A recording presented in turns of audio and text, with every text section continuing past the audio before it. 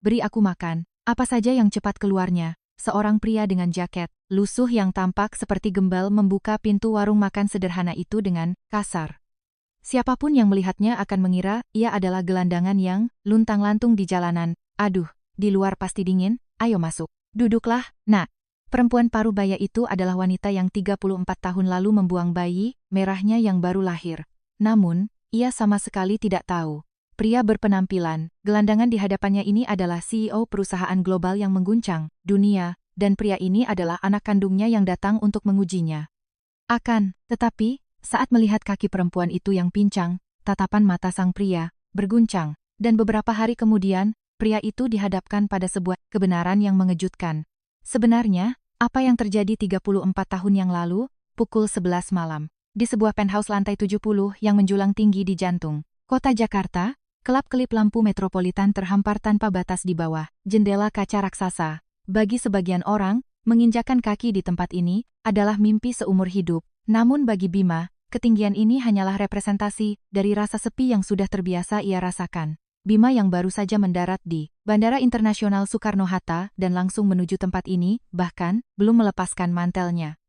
Ia hanya berdiri mematung menatap hiruk-pikuk ibu kota di bawah sana. Bima, 35 tahun, adalah CEO termuda dari perusahaan kecerdasan buatan AI global bernama Cairo yang tengah disorot dunia. Satu teknologi ciptaannya telah merombak peta industri raksasa di Amerika, dan orang-orang menyebutnya sebagai jenius yang melampaui zamannya. Sorot matanya tajam dan cerdas, setelannya selalu rapi dan sempurna. Ia adalah sosok yang dengan satu kalimat saja bisa menggerakkan ribuan karyawan. Dari luar, ia tampak sebagai pria yang tidak kekurangan apapun di dunia ini. Namun, di dada kiri Bima, terdapat sebuah tanda kecil yang tak pernah ia perlihatkan kepada siapapun. Sebuah tanda lahir, kemerahan berbentuk bulan sabit. Tanda yang sudah ada sejak ia lahir itu selalu ia abaikan setiap kali menatap cermin. Ia tidak ingin mengingat bahwa itu adalah satu-satunya jejak yang menghubungkannya dengan orang yang telah melahirkannya. Bima melepas jam tangan mewahnya dan meletakkannya di atas nakas, lalu gerakannya terhenti.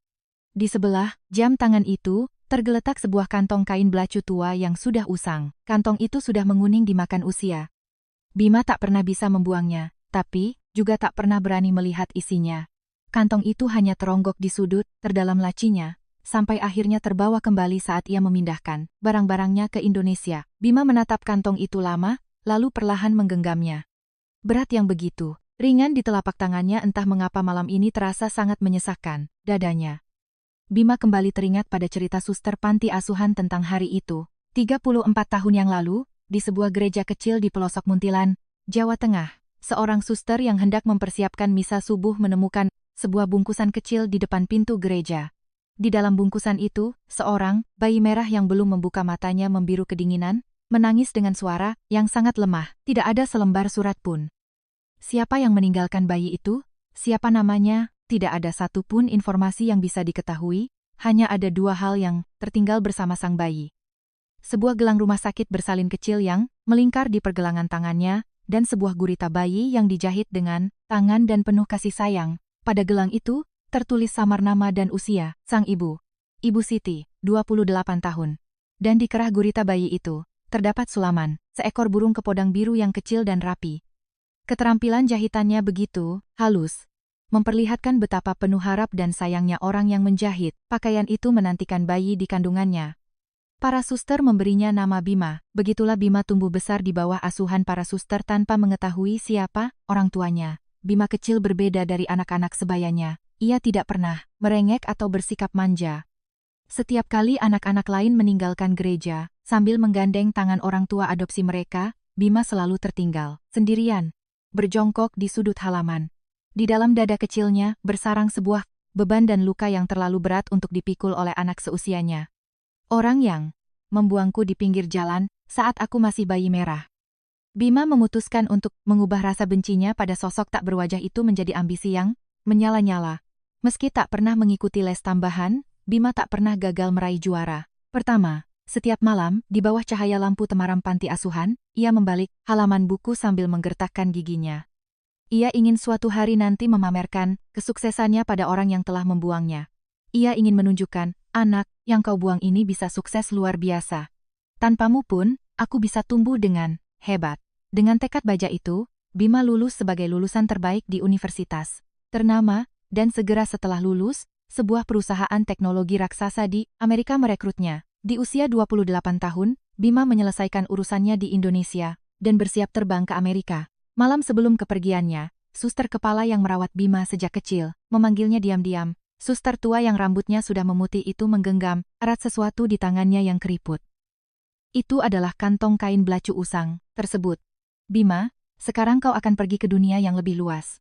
Suara suster itu tenang, namun ujungnya sedikit bergetar. Suster membuka kantong itu dan meletakkan isinya di telapak tangan Bima.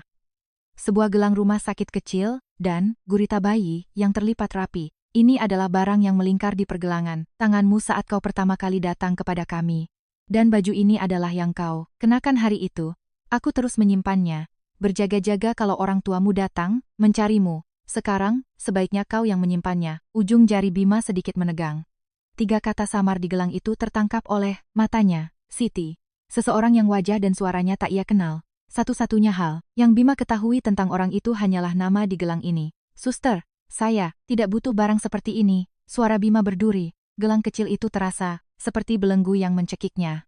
Namun, suster tua itu menggenggam kedua tangan Bima dan menggeleng pelan. Bima, bagaimana mungkin aku tidak tahu rasa bencimu padanya? Tapi, aku percaya, tidak ada ibu di dunia ini yang tidak hancur hatinya saat harus meninggalkan darah dagingnya. Beliau pasti punya alasan yang tak bisa diungkapkan. Suatu saat nanti, kalau hatimu sudah bisa menerimanya, tolong ingatlah beliau sekali saja. Bima tak menjawab. Namun malam itu, ia tak sanggup membuang kantong tersebut. Seolah terhipnotis, ia memasukkannya ke bagian terdalam kopernya dan naik ke pesawat. Selama 7 tahun Bima bertahan sendirian di negeri asing, kantong itu tak pernah sekalipun meninggalkan sisinya. Ia tak pernah melihatnya, tapi juga tak sanggup membuangnya. Karier Bima di Amerika sungguh tak terbendung. Posisi yang butuh 10 tahun bagi orang lain untuk diraih, ia lewati dalam sekejap. 5 tahun lalu, di usia 30, ia mendirikan perusahaannya sendiri bernama Cairo. Tak butuh waktu lama bagi perusahaan itu untuk mengguncang dunia. Orang-orang iri padanya, takut padanya, sekaligus mengaguminya. Namun, di tengah kesuksesan yang gemerlap itu, satu sudut di hati Bima selalu kosong. Tempat yang tak bisa diisi oleh siapapun, kekosongan yang ia bawa sejak lahir. Dan hari ini, Bima menginjakan kaki kembali di tanah Indonesia setelah 7 tahun. Ini adalah perjalanannya untuk memindahkan kantor pusat Cairo ke Jakarta. Begitu, ia tahu akan kembali ke Indonesia, satu hal yang sudah lama ia abaikan tiba-tiba mengusik pikirannya. Di mana dan bagaimana orang yang melahirkanku itu hidup sekarang? Apakah dia masih hidup? Pertanyaan yang selama ini ia tekan kuat-kuat, perlahan muncul tak tertahankan. Sebelum meninggalkan Amerika, Bima telah memberikan instruksi rahasia kepada tangan kanannya, manajer Dimas, instruksi untuk melacak nama yang tak pernah sedetik pun ia lupakan. Siti, wanita yang membuangnya. Saat pikirannya sampai di sana, bel penthouse berbunyi pelan. Pintu terbuka, dan manajer Dimas masuk. Asisten muda dan cakap berusia 30-an itu membawa sebuah amplop dokumen tipis di tangannya. Ekspresinya tampak lebih berhati-hati dari biasanya. Pak Bima, ini hasil investigasi yang Anda minta. Bima perlahan berbalik dari jendela. Ia meletakkan kantong belacu usang itu di atas nakas dan mengambil amplop tersebut. Jari-jari Bima bergetar sangat halus saat membukanya. Pria yang seumur hidupnya begitu dingin itu, kini menahan napas di depan selembar kertas. Di dalam amplop itu terdapat beberapa lembar foto dan laporan singkat. Saat membuka lembar pertama, tatapan Bima membeku. Bima selalu membayangkan, wanita yang membuangnya pasti hidup mewah di suatu tempat. Ia pasti hidup nyaman hingga tua setelah mencampakkan darah dagingnya, bagai sepatu usang. Bima harus percaya akan hal itu agar dendam yang ia pelihara seumur hidupnya terasa pantas. Akan tetapi, pemandangan di foto itu sangat jauh dari bayangannya.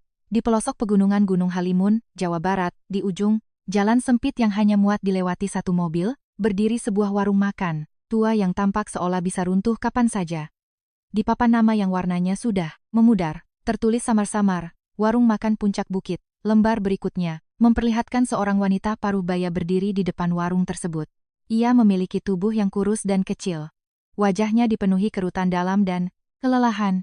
Terlihat jelas bayang-bayang kehidupan yang keras meresap di seluruh tubuhnya, seolah ia telah memikul beban berat sepanjang hidupnya. Siti, 62 tahun ini. Beliau mengelola warung makan kecil di pelosok gunung, sendirian. Beliau tidak memiliki keluarga. Berdasarkan penelusuran, beliau sudah tinggal di sana dan tidak pernah meninggalkan tempat itu selama hampir 30 tahun. Suara tenang manajer Dimas mengalun pelan di dalam ruangan. Bima tak bisa mengalihkan pandangannya dari foto itu. Orang yang ia yakini hidup, bergelimang harta, ternyata menua sendirian di pelosok pegunungan yang terpencil. Pikiran Bima menjadi kosong. Rasanya seperti mendengar suara retakan, halus pada cangkang kebencian yang telah ia keraskan seumur hidupnya. Kenapa, kalau dia memang wanita kejam yang tega membuang anaknya, seharusnya dia hidup, makmur di suatu tempat. Tapi kenapa dia menua dalam kondisi hancur seperti itu? Apa yang mengikat wanita ini di gunung sedalam itu selama 30 tahun? Bima mencengkeram foto itu erat-erat. Emosi yang tak teridentifikasi mulai merayap dari dasar dadanya. Jelas itu adalah kebencian, namun teksturnya sedikit berbeda dari sebelumnya. Benci, kasihan, dan rentetan pertanyaan bercampur aduk, hingga Bima sendiri tak bisa menakar apa sebenarnya perasaan itu. Bima perlahan membuka mulutnya. Dimas. Ya, Pak Bima. Mata Bima tetap tertuju pada warung makan tua di foto itu saat ia berbicara. Aku harus pergi ke sana sendiri. Aku akan membuktikan dengan kedua mataku sendiri, orang seperti apa sebenarnya wanita itu. Meskipun ia berkata demikian, di dalam dada Bima bergejolak niat lain yang tak sanggup ia utarakan. Ia ingin memastikan bahwa rasa dendam yang ia pelihara seumur hidup tidaklah salah. Namun mungkin saja, meski hanya sedikit, terselip harapan bahwa kebenciannya itu keliru, tapi Bima tak mau mengakui perasaan itu. Manajer Dimas bertanya dengan hati-hati, jika Anda pergi ke desa terpencil, seperti itu, Anda akan langsung menarik perhatian, Pak. Bagaimana rencana Anda? Sorot mata Bima meredup dingin. Ia melirik kantong belacu di atas nakas, lalu menatap setelan jas sempurnanya. Jas mahal, sepatu mengilap, rambut tertata, rapi. Dengan penampilan ini, ia merasa tak akan pernah bisa melihat wajah asli wanita itu. Manusia selalu memakai topeng di depan tamu yang berpakaian mewah. Untuk melihat wajah aslinya, ia harus mendekat dari posisi yang paling rendah. Carikan aku baju yang lusuh dan robek-robek. Ucapan tak terduga keluar dari mulut Bima. Manajer Dimas membelalakan matanya. Saya akan pergi dengan penampilan seperti gembel, seperti gelandangan yang tak punya arah. Baru dengan begitu wanita itu akan memperlakukanku tanpa topeng. Bagaimana dia memperlakukan manusia yang tak punya uang dan tempat tinggal. Dengan melihat itu, aku akan tahu apakah dendam seumur hidupku ini benar atau salah. Manajer Dimas tak berani bertanya lagi. Keputusan tajam dan dalam di mata sang CEO tak boleh sembarangan disentuh. Malam itu, Bima tak bisa tidur lelap. Memunggungi kelap-kelip lampu kota yang mewah di luar jendela, ia hanya memandangi kantong belacu usang di atas nakasnya. Mengingat ia akan segera berhadapan dengan pemilik nama Siti yang ia hindari selama 34 tahun, jantungnya yang sedingin es berdebar dengan asing. Beberapa hari kemudian, sebuah sedan hitam merayap pelan menaiki jalanan pegunungan terjal di Jawa Barat. Manajer Dimas berada di balik kemudi, sementara di kursi belakang duduk seorang pria berambut acak-acakan yang sepertinya sudah berhari-hari tidak keramas, mengenakan jaket pudar yang sangat lusuh. Siapapun akan melihatnya sebagai gembel. Citra CEO konglomerat yang dipuja dunia sama sekali tak tersisa. Mobil berhenti di sebuah tikungan sepi agak jauh dari warung makan. Bima turun dan memindai pantulan penampilannya yang menyedihkan di kaca mobil. Pak Bima, Anda yakin tidak apa-apa? Jika terjadi sesuatu, tolong segera hubungi saya, ucap Dimas khawatir. Bima hanya mengangguk tanpa suara. Mobil itu berbalik turun gunung, dan Bima mulai berjalan menuju warung makan. Ia memasukkan tangannya ke dalam saku dalam jaket lusuhnya, menggenggam erat kantong belacu yang tersimpan aman di sana. Beban kecil yang menyentuh ujung jarinya itu terasa aneh, seolah terus menariknya ke suatu tempat. Warung makan, puncak bukit. Tak lama lagi Bima akan berhadapan dengan makanan yang disajikan oleh wanita yang membuangnya. Ia sama sekali tidak tahu bahwa hal itu akan mengguncang nasibnya hingga ke akar-akarnya. Setelah berjalan cukup jauh mendaki jalan setapak, sebuah bangunan tua muncul. Di papan kayu yang warnanya telah pudar, tertulis samar, warung makan puncak, bukit. Saat bangunan yang hanya dilihatnya di foto itu berdiri di depan mata, langkah Bima tanpa sadar melambat. Matahari mulai condong di balik punggung gunung. Senja di pelosok gunung datang jauh lebih cepat daripada di kota. Angin gunung yang dingin menusuk menembus celah jaket lusuhnya, tapi Bima tak merasakannya. Memikirkan bahwa wanita yang melahirkannya ada di balik pintu itu, sesuatu yang tak kasat mata bergejolak hebat di dalam dadanya. Bima berdiri di depan pintu, mengatur napas sejenak. Ayo kita lihat. bagaimana kau memperlakukan manusia semacam sampah yang dulu kau buang di jalanan? Rasa benci kembali mencuat bak duri. Bima sengaja membuka pintu geser itu dengan kasar, seolah sedang melampiaskan amarah. Beri aku makan. Apa saja yang cepat, keluarnya. Kalimat kasar tanpa sapaan maupun kesopanan terlontar dari mulut Bima begitu pintu terbuka. Terdengar suara pergerakan dari arah dapur kecil dan seorang wanita parubaya berjalan pelan keluar. Saat itu juga, pupil mata Bima bergetar. Wanita itu berjalan dengan kondisi satu kaki yang sangat pincang. Setiap kali ia melangkah, tubuhnya miring tajam ke satu sisi. Hanya untuk melangkah pun ia tampak begitu kesulitan. Ini adalah fakta yang tak terlihat di foto. Tubuhnya yang kurus dan kecil terlihat semakin rapuh karena langkahnya yang tertatih-tatih. Tanpa sadar, Bima tak bisa mengalihkan pandangannya dari kaki itu. Wanita itu Siti, 62 tahun. Sama sekali tidak mengerutkan kening melihat penampilan kotor dan cara bicara kasar pemuda asing itu. Sebaliknya, ia menyeret kakinya yang pincang untuk mendekat, menatap Bima dengan mata yang hangat. Aduh, di luar, pasti dingin, ayo masuk. Duduklah, nak. Suara Siti tak sedikit pun mengandung amarah. Suaranya penuh sukacita dan kehangatan, seolah menyambut tamu yang sudah lama dinanti. Bima tertegun sejenak, namun segera menarik kursi dengan kasar dan menjatuhkan dirinya di sudut ruangan. Dengan kakinya yang pincang, Siti sibuk mondar-mandir antara dapur dan area makan. Setiap langkah tampak menguras tenaga, tetapi tak ada sedikit pun keraguan dari tangannya. Bima melipat tangan di dada, mengawasinya dengan tatapan dingin.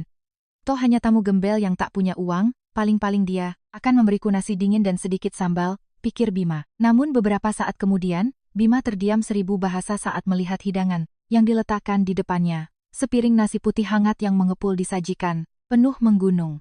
Semangkuk sayur lodeh yang baru matang mendidih, tempe mendoan, hangat, sambal terasi, lalapan segar, dan seekor ikan nila goreng.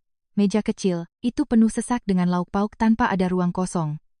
Tidak ada satupun makanan yang dingin. Semuanya baru saja dimasak dan dihidangkan dengan penuh perhatian. Inikah hidangan untuk tamu gembel? Bima menatap makanan itu dengan tatapan kosong. Siti duduk tertatih-tatih di hadapan Bima, tersenyum puas sambil mendorong piring nasi lebih dekat ke arahnya. Makanlah yang banyak, nak. Pemuda sepertimu, perutnya harus kenyang. Kalau kurang, tambah saja lagi. Bima sengaja makan, dengan sangat rakus seperti binatang kelaparan. Namun, begitu suapan pertama, nasi hangat itu masuk ke mulutnya, tubuh Bima tanpa sadar kaku. Nasi dari seorang ibu. Ini adalah masakan pertama dari seorang ibu yang ia cicipi seumur hidupnya.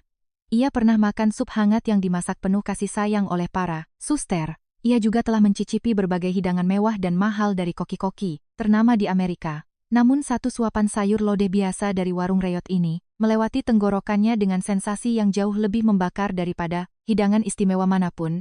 Hangat, dalam, dan entah kenapa membuat hidungnya terus-menerus terasa perih. Makanan pertama yang disajikan oleh orang yang melahirkannya, yang belum pernah ia terima selama 34 tahun, disajikan dalam situasi ironis di mana ia berpenampilan gembel dan duduk berhadapan seperti ini. Tenggorokannya tercekat, panas. Bima mengedipkan matanya yang terus terasa perih dan menundukkan kepalanya lebih dalam. Tidak. Sadarlah. Dia wanita yang membuangku. Aku datang ke sini untuk memastikan siapa dia sebenarnya. Aku tidak boleh goyah hanya karena sepiring makanan. Bima mengertakkan giginya dalam hati. Ia menelan paksa. Sesuatu yang mendesak naik di dadanya, dan menggerakkan sendoknya dengan lebih kasar. Namun, semakin keras ia menahannya, nasi hangat itu perlahan menyentuh bagian terdalam hatinya. Keinginan untuk membenci dan perasaan ingin runtuh saling bertubrukan tanpa suara setiap kali ia menelan makanannya. Siti menatap Bima, dalam diam. Setiap kali Bima menyuapkan nasi, senyum tipis mengembang di bibir Siti. Senyuman itu mengandung sesuatu yang sangat dalam dan tak terkatakan. Seperti tatapan seseorang yang teringat pada seseorang yang hilang di masa lalu. Namun Bima yang menunduk sibuk makan tak menyadari tatapan itu. Sepiring nasi ludes dalam sekejap. Tanpa bertanya, Siti mengambilkan sepiring nasi lagi, yang juga dihabiskan Bima tanpa sisa. Setelah menghabiskan 2 porsi, Bima bersiap bangkit dari kursinya. Sebenarnya, Bima punya niat terselubung. Ia ingin menguji reaksi wanita ini saat tahu ia tak bisa membayar. Ia yakin sifat asli wanita itu akan keluar jika gembel ini tak mau membayar makanan. Bima pura-pura merogoh sakunya, lalu berucap ketus. Aku tidak punya uang. Bima menatap lurus ke wajah Siti. Ia tak ingin melewatkan sedetik pun perubahan ekspresi wanita itu. Namun, Siti malah tertawa kecil.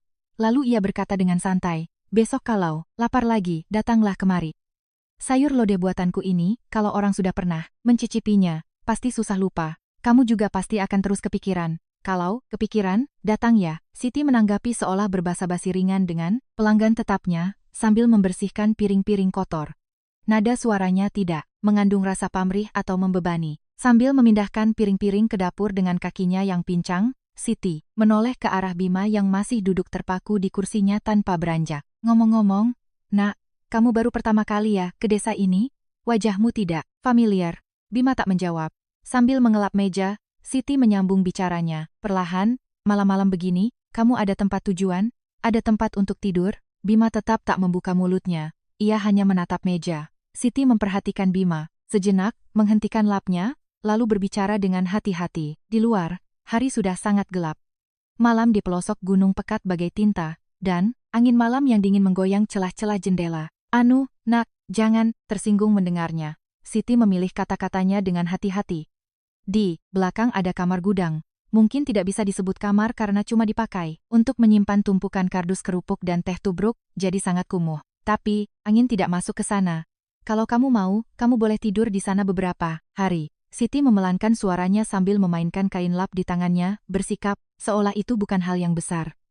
Padahal, ia menawarkan tempat tidur kepada orang asing yang baru pertama kali ditemuinya, namun bersikap biasa saja agar orang itu tak merasa terbebani. Bima menatap kosong ke wajah Siti, memberi pemuda gembel makanan 2 porsi tanpa meminta bayaran, dan kini menawarkan tempat untuk tidur. Apakah benar-benar ada orang seperti ini di dunia? Bima sama sekali tak bisa memahami wanita ini. Bagi Bima yang seumur hidupnya hidup dalam perhitungan dan kecurigaan, kebaikan tanpa pamrih ini terasa sangat asing dan membingungkan. Bima tak mampu berkata-kata, hanya menganggukkan kepalanya pelan. Menganggap itu sebagai persetujuan, Siti tersenyum cerah dan mengantar Bima ke kamar gudang. Kamar gudang itu persis seperti yang diucapkan Siti. Di salah satu dinding, kardus teh dan mie instan menumpuk hingga ke langit-langit dan aroma kardus apek, serta bumbu teh menguar samar. Meski sempit dan kumuh, Siti telah menyiapkan dan menggelar kasur lantai yang bersih. Kasur itu usang dan sering dipakai, namun, karena dijemur di bawah sinar matahari, aromanya hangat dan empuk. "Tidurlah, yang nyenyak malam ini, meski kurang nyaman. Besok pagi ibu akan buatkan kuah hangat." Siti meninggalkan pesan itu lalu keluar tertatih-tatih. Pintu tertutup, Bima sendirian di kamar sempit itu. Bima berbaring perlahan di atas kasur di samping kardus-kardus teh. Ia menatap langit-langit kayu yang penuh noda bekas bocor. Penthouse terbaik di Jakarta, kasur mewah, pemandangan, lampu kota yang memukau suasana ini sungguh berbeda dengan tempat Bima tidur kemarin. Namun anehnya, perasaan Bima justru terasa jauh lebih kacau dari biasanya. Apa sebenarnya wanita itu? Bima tak bisa memejamkan matanya dalam gelap. Bayangan Siti terus berputar di kepalanya. Siti yang sibuk menyiapkan makanan dengan kaki pincang. Siti yang tertawa dan mengibaskan tangannya saat ia bilang tak punya uang. Siti yang memainkan kain lap karena cemas tamu asingnya, merasa tak nyaman diberi tumpangan. Tak satu pun dari pemandangan itu cocok dengan bayangan ibu yang kejam dan tak berperasaan yang selama ini ada di benaknya. Bima memasukkan tangannya ke dalam saku jaket lusuhnya di kegelapan. Ujung jarinya menyentuh kantong belacu usang. Itu, merasakan tekstur gelang rumah sakit yang keras. Ibu Siti, 28 tahun. Itu adalah nama wanita yang berada di balik dinding kamar ini. Bima tertidur larut, malam dengan kantong itu tergenggam erat. Angin gunung yang dingin menggoyangkan jendela semalaman, dan dari arah dapur terdengar samar suara perabotan beradu, seolah Siti belum juga tidur. Bima saat itu belum menyadari apa arti dari suara-suara di malam itu. Keesokan paginya, Bima terbangun oleh aroma dari dapur yang menyusup lewat jendela kecil gudang. Aroma sedap sayur lodeh, nasi yang sedang ditanak, dan irama ceria pisau memotong sesuatu di atas talenan kayu. Fajar bahkan belum menyingsing. Bima mendengarkan suara-suara itu lama dari atas kasur lantainya. Siti rupanya sudah sibuk memasak sejak pagi buta. Seseorang yang semalam tak bisa tidur dan mondar-mandir di dapur, kini di saat segelap ini sudah bangun lagi dan menyalakan api tungku. Kerajinannya entah kenapa mengganjal di hati Bima. Begitu ia membuka pintu dan keluar, Siti tersenyum cerah menyambutnya. "Tidurmu nyenyak, Nak? Ya ampun, wajahmu kelihatan jauh lebih segar setelah tidur semalaman. Ayo cepat sarapan, mumpung masih hangat." Siti menyiapkan masakan, hangat seperti yang dijanjikannya. Bima duduk di meja tanpa sepatah kata dan mulai makan. Ia tak melahapnya dengan rakus seperti kemarin. Saat menyadari ia tengah mengunyah setiap suapan perlahan seolah meresapinya, Bima terkejut sendiri di dalam hati. Hari itu Bima tidak pergi. Berpura-pura sebagai gembel yang tak punya arah, ia memutuskan untuk menetap di sudut warung puncak bukit seharian guna mengamat Siti. Ia bertekad untuk mengungkap wajah asli wanita itu saat tak ada orang lain, rahasia apa yang disembunyikannya di balik topeng kebaikannya.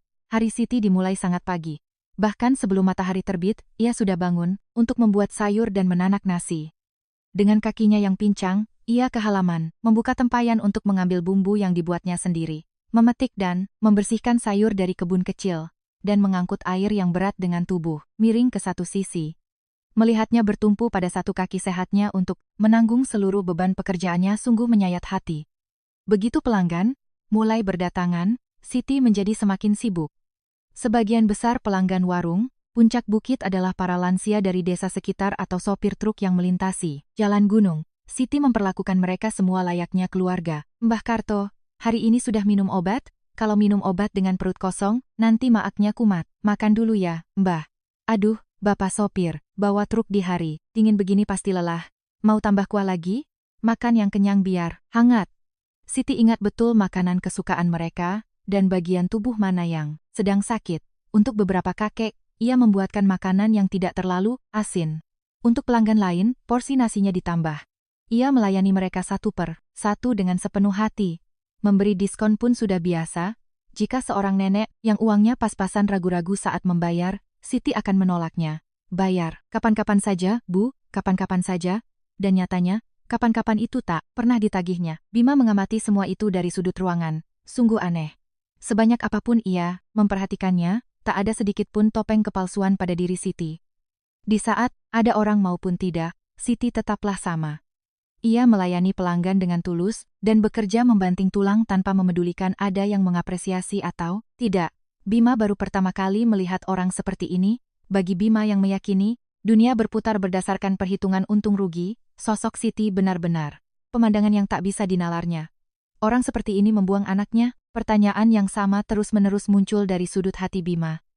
Bima berusaha menyingkirkan pikiran itu. Belum pasti. Kita tidak bisa menilai orang dari luarnya saja. Namun, semakin ia mencoba meneguhkan hatinya, sosok Siti di depan, matanya perlahan menjadi seseorang yang mustahil untuk ia benci. Menjelang siang, saat pelanggan mulai sepi, Siti duduk di seberang Bima. Ia meluruskan kakinya yang pincang dan mendesah panjang perlahan. Di saat itulah, kelelahan yang selama ini ia sembunyikan terlihat jelas di wajahnya. Kamu ini, anak muda yang penuh rahasia ya, diam saja dari kemarin, gumam Siti pelan, seolah berbicara pada dirinya sendiri tanpa bermaksud menegur Bima. Yah, kalau tidak mau cerita tidak apa-apa. Semua orang pasti punya rahasia atau luka dalam hidupnya. Ibu juga begitu. Siti tersenyum tipis menatap deretan gunung di luar jendela. Bima menangkap kilat kesepian di ujung senyuman itu. Ibu juga begitu. Kalimat itu entah mengapa terus terngiang di telinga Bima. Di sore yang tenang itu, tiba-tiba terdengar suara deru mobil dari luar. Lalu, sebuah minibus hitam berhenti mendadak di depan warung makan puncak bukit. Beberapa pria berpakaian rapi yang tampak tak cocok dengan lingkungan desa, pegunungan turun dari mobil. Di dada mereka tersemat lencana nama perusahaan PT Mentari Konstruksi. Penampilan mereka begitu arogan dan mengintimidasi. Pria-pria itu menerobos masuk ke warung tanpa permisi. Pria yang tampaknya seperti bos mereka berbicara dengan angkuh kepada Siti. Bu Siti, kami datang lagi. Sudahlah, cepat ambil keputusan. Bolak-balik naik gunung begini bukan perkara mudah buat kami. Wajah Siti seketika mengeras. Bima mengamati kejadian itu dari sudut warungnya. Berapa kali pun kalian datang, jawabanku tetap sama. Aku tidak akan menjual tanah ini, ujar Siti tegas. Pria itu mendengus sinis dan melemparkan amplop dokumen ke atas meja makan. Ibu, kami bukan sekadar minta dijual, kami menawarnya 3 kali lipat. 3 kali lipat dari harga pasar. Memangnya siapa yang mau beli warung reot di pelosok gunung dengan harga segitu? Dengan uang ini, ibu bisa buka warung bagus di alun-alun kota. Ibu bisa hidup santai. Sebenarnya apa sih ruginya sampai ibu memilih hidup menderita begini? Warung makan puncak bukit rupanya berada tepat di tengah-tengah lahan yang akan dijadikan mega proyek resor mewah. Berbagai proyek triliunan rupiah tertunda hanya karena sebidang lahan kecil ini dipertahankan oleh seorang wanita tua. Tentu saja para perwakilan perusahaan itu kebakaran jenggot. Karena itulah mereka menawarkan 3 kali lipat dari harga pasar yang akan menggiurkan siapa saja. Namun, Siti bahkan tak melirik amplop dokumen itu. Ia bangkit perlahan dengan kakinya yang pincang, lalu menatap lurus pria-pria itu. Dari tubuh kurusnya yang kecil, entah dari mana datangnya kekuatan itu, sorot mata Siti tak goyah sedikit pun. Aku tidak butuh uang, aku tidak akan menjualnya. Jadi berhentilah datang kemari. Kalimat Siti singkat dan tegas, penolakan yang menunjukkan tak ada lagi negosiasi atau tawar-menawar. Pria itu menatap Siti dengan rasa tak percaya, lalu tertawa sinis dan mendekat selangkah. Ibu, apa uangnya masih kurang? 3 kali lipat kurang? Kalau begitu, sebutkan saja angka yang ibu mau. Kami bayar, sesuai permintaan. 5 kali lipat? 10 kali lipat? Siti menggeleng pelan. Ini bukan soal uang. Mau dibayar berapapun, tidak, kujual. Dibayar 100 kali lipat pun, aku tidak akan menjualnya. Tidak, aku tidak bisa menjualnya. Suara Siti bergetar halus, namun bukan karena ketakutan. Itu adalah getaran keteguhan seseorang yang sedang mempertahankan sesuatu. Seperti mempertahankan nyawanya sendiri, wajah pria itu menjadi bengis. Ia sama sekali tidak paham pada Siti yang tak tergoyahkan meski telah diiming-imingi uang sebanyak itu. Sambil berdecak kesal, pria itu menarik kembali amplop dokumennya. Ibu, dengarkan saat kami masih bicara baik-baik. Kalau ibu terus bersikap begini, urusannya bakal panjang dan merepotkan kita berdua. Kami akan datang lagi, jadi pikirkan baik-baik. Dengan melontarkan ancaman tersirat itu, pria itu dan rombongannya keluar dari warung dengan gaya sok jagoan. Hanya setelah minibus hitam itu menuruni gunung dan meninggalkan kepulan debu, Siti akhirnya ambruk ke kursi, seolah ketegangannya lepas. Kedua tangannya, yang saling menggenggam bergetar halus. Bima tidak melewatkan sedikit pun pemandangan itu. Siti, yang menolak uang berkali-kali lipat dari harga pasar, bertahan, mati-matian menantang perwakilan korporat besar. Dengan uang itu, katanya ia, bisa membuka toko bagus di pusat kota, tapi Siti tak bergeming sedikit pun. Uang, bukanlah masalahnya. Ada sesuatu pada wanita tua dan sakit-sakitan itu yang jelas-jelas tak bisa dibeli dengan uang. Sungguh aneh. Sepanjang pengetahuan Bima, Siti telah hidup menyendiri di pegunungan ini selama hampir 30 tahun. Tanpa keluarga, dengan kaki pincang, mempertahankan warung makan reyot. Tapi mengapa harus di pelosok gunung ini? Kenapa selama 30 tahun ia tak kunjung pergi, padahal ia bisa saja melakukannya? Apa yang mengikat kuat wanita ini layaknya paku yang ditancapkan ke gunung terpencil ini? Sorot mata tegar yang tak gentar di hadapan uang itu. Apa sebenarnya rahasia yang tersembunyi di baliknya? Bima bahkan tak bisa menebaknya. Untuk pertama kalinya, benak Bima diselimuti pertanyaan gelap yang tak bisa dipecahkannya. Malam itu, Bima mendengarnya lagi. Di keheningan malam saat semua tertidur, dari balik kamar Siti, terdengar suara itu. Isakan samar seperti seseorang yang menekan kuat-kuat tangisannya, sama seperti semalam. Malam semakin larut, lampu-lampu di warung makan puncak bukit telah dipadamkan, dan pelosok pegunungan itu terlelap dalam kegelapan dan keheningan yang pekat. Di jam ketika, tak ada seorang pun, Siti perlahan mengunci pintu kamarnya dari dalam. Dengan kakinya yang pincang, ia meraih ke bawah kolong lemari pakaian tuanya. Siti, dengan hati-hati mengeluarkan sebuah kotak kayu tua. Warnanya sudah pudar, dimakan waktu dan sudut-sudutnya aus kotak seukuran telapak tangan. Siti memegang kotak itu dengan kedua tangan dan menatapnya lama. Tangannya gemetar, meletakkan kotak kecil itu di pangkuannya, memperlakukannya bak harta paling berharga di dunia. Begitu penutupnya dibuka, barang-barang usang mulai terlihat. Hal pertama yang disentuh Siti adalah selembar foto hitam putih kecil. Foto seorang bayi yang baru lahir di ruang rumah sakit. Wajah keriput seorang bayi merah yang belum bisa membuka mata, dibalut kain bedong, tidur dengan napas teratur. Bayi yang belum genap sehari lahir ke dunia. Siti mengelus foto itu perlahan dengan ujung jarinya. Setelah 34 tahun, foto itu sudah menguning.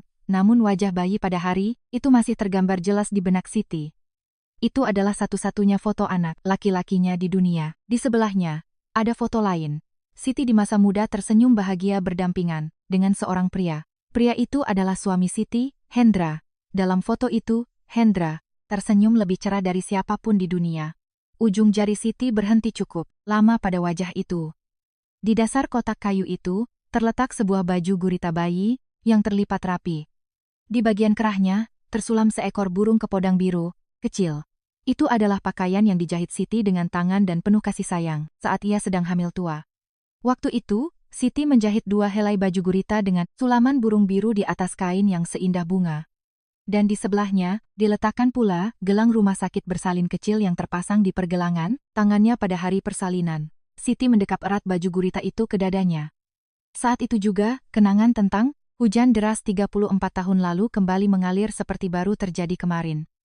34 tahun lalu, Siti adalah wanita paling bahagia di dunia, tumbuh sebatang kara dan kesepian. Hendra adalah keluarga pertamanya dan sekaligus seluruh dunianya. Hendra adalah putra bungsu dari keluarga kaya raya, namun ia sama sekali tidak memedulikan latar belakang Siti yang miskin dan sederhana. Ia hanya melihat sosok Siti seutuhnya dan mencintainya dengan tulus. Kakak Hendra, Hasan, menentang keras pernikahan itu karena menganggap Siti tak jelas asal-usulnya. Namun Hendra melawan penolakan itu dan menggenggam tangan Siti. Mereka meninggalkan bayang-bayang keluarga kaya dan memulai kehidupan sederhana mereka sendiri. Tak lama kemudian, nyawa baru tumbuh di rahim Siti. Siti mengelus perutnya yang membuncit dan setiap malam menjahit baju bayi untuk anak yang akan lahir. Sambil menyulam burung biru, ia memanjatkan doa berkali-kali agar anaknya kelak bisa terbang bebas seperti burung itu. Akan tetapi, kebahagiaan itu terlalu singkat. Suatu hari, sekitar 20 hari sebelum perkiraan persalinan, Hendra sedang pergi ke luar kota untuk urusan bisnis. Malam itu, di luar dugaan, Siti mendadak mengalami kontraksi.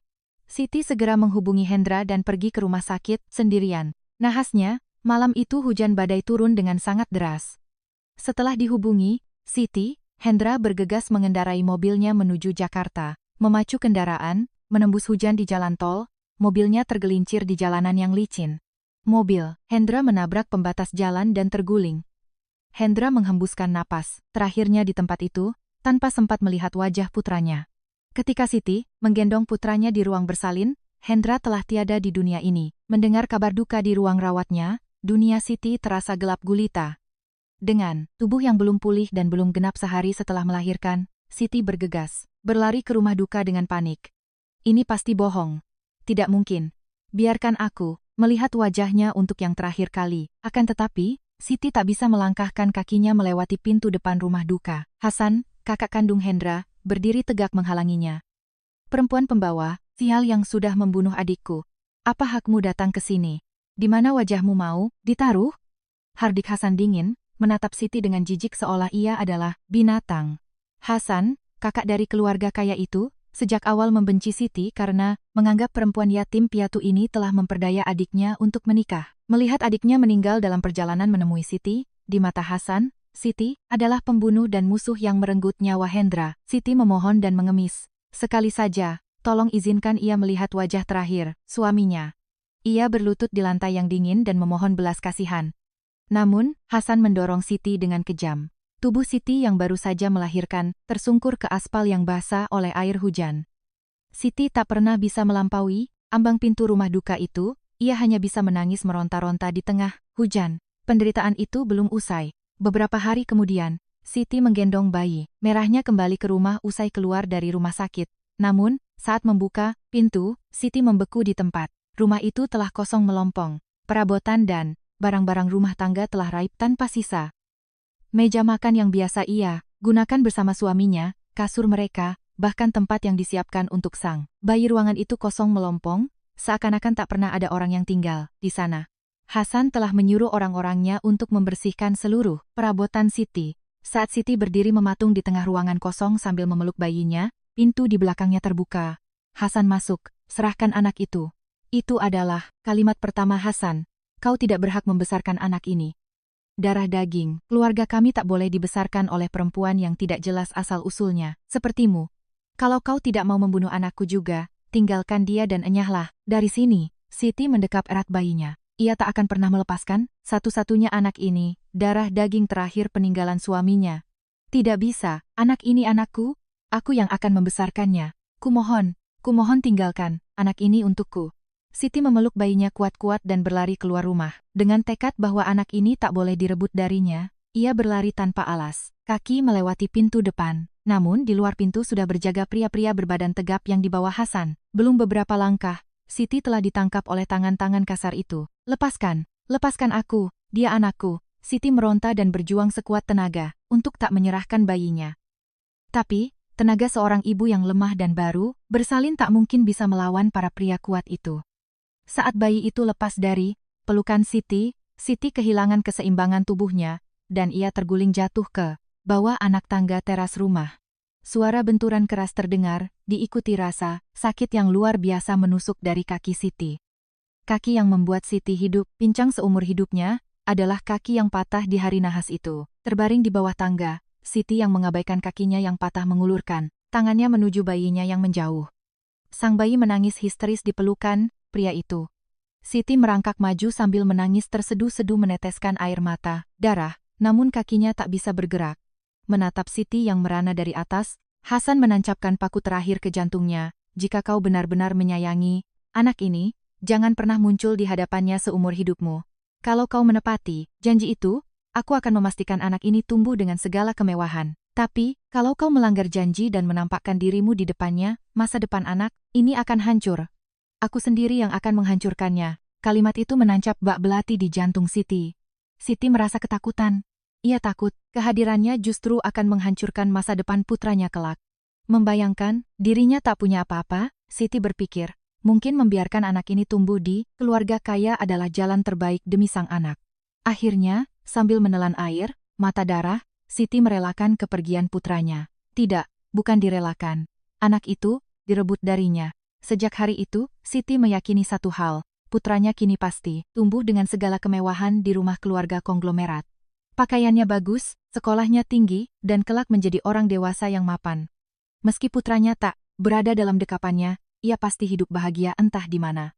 Keyakinan tunggal, itulah yang menjadi satu-satunya benang penyambung hidup Siti untuk bertahan di tengah kerasnya 34 tahun ini. Siti membenamkan wajahnya pada baju gurita di pelukannya.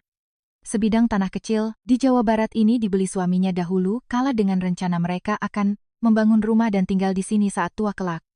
Tanah yang dibeli diam-diam oleh Hendra atas nama Siti ini adalah napas terakhir mendiang suaminya.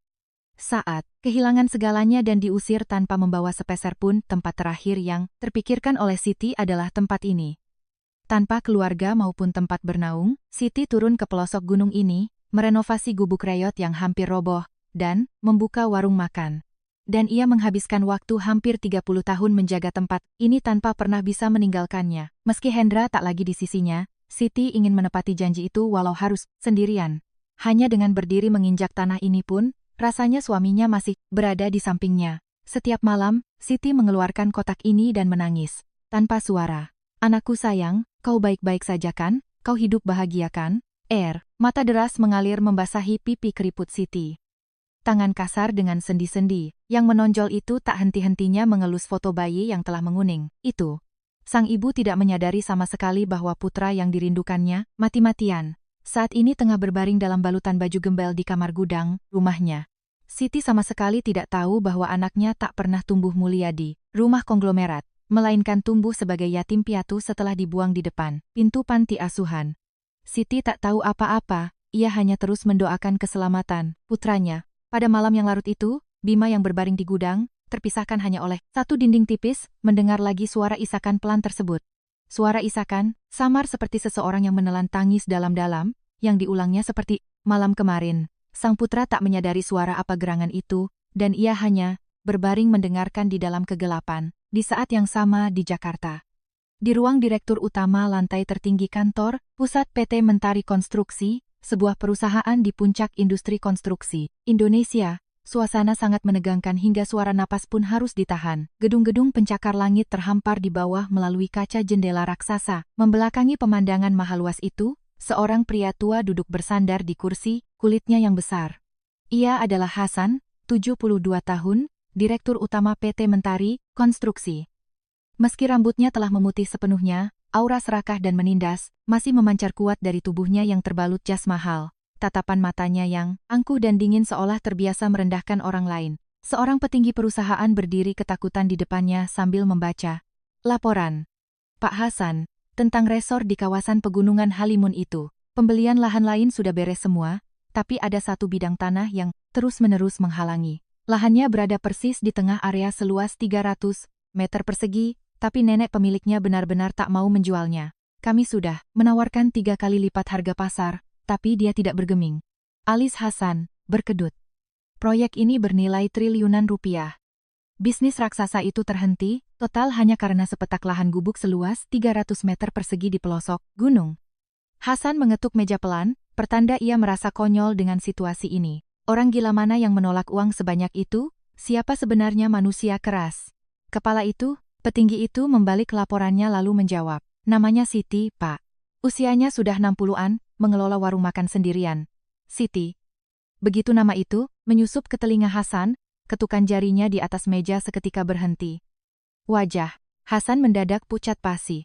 Sebuah nama yang telah terkubur di masa lalu 34 tahun, lalu, tiba-tiba menyeret naik kemarahan dan kebencian yang juga ikut terkubur bersamanya. Hasan perlahan mengangkat kepalanya, nyala api kemerahan mulai berkobar di sepasang matanya yang dingin. Siti. Kenapa, Pak Hasan? Hasan tak menjawab. Ia bangkit dari kursinya dan melangkah menuju jendela. Bahunya, yang menatap kota Jakarta dari atas bergetar halus menahan amarah yang meledak. Siti. Wanita tak tahu diuntung yang berani menggoda adiknya dan masuk ke keluarga mereka 34 tahun yang lalu. Biang keladi yang membunuh adiknya yang berharga, Hendra. Bagi Hasan, Siti adalah nama yang paling dibencinya di dunia. Tapi wanita itu ternyata belum mati dan masih hidup. Sebuah rintihan pelan keluar dari mulut Hasan. Perempuan ulet. Tidak cukup, kau merenggut nyawa adikku, sekarang kau berani menghalangiku lagi? Kepalan, tangan Hasan gemetar. Urat-urat kebiruan menonjol di punggung tangannya. Fakta, bahwa wanita pembunuh adiknya itu masih saja menebarkan bayang-bayang gelap pada kehidupannya bahkan setelah bertahun-tahun lamanya, membuat Hasan tak tahan. Ingatan 34 tahun lalu kembali terlintas di depan matanya. Terbutakan oleh duka, kehilangan adiknya, Hasan telah menghancurkan hidup Siti tanpa ampun. Ia mengeluarkan semua perabotan dari rumah Siti dan merebut paksa bayi merah dari pelukan ibu yang baru melahirkan. Entah Siti jatuh terguling dari tangga atau kakinya patah, Hasan sama sekali tidak peduli. Namun, setelah mengusir Siti tanpa sepeser pun uang, kemarahan Hasan tetap tak kunjung padam. Sekejam apapun ia menghancurkan wanita itu, adiknya tak akan hidup kembali. Dendam dan kehilangan itu masih membekas di dadanya.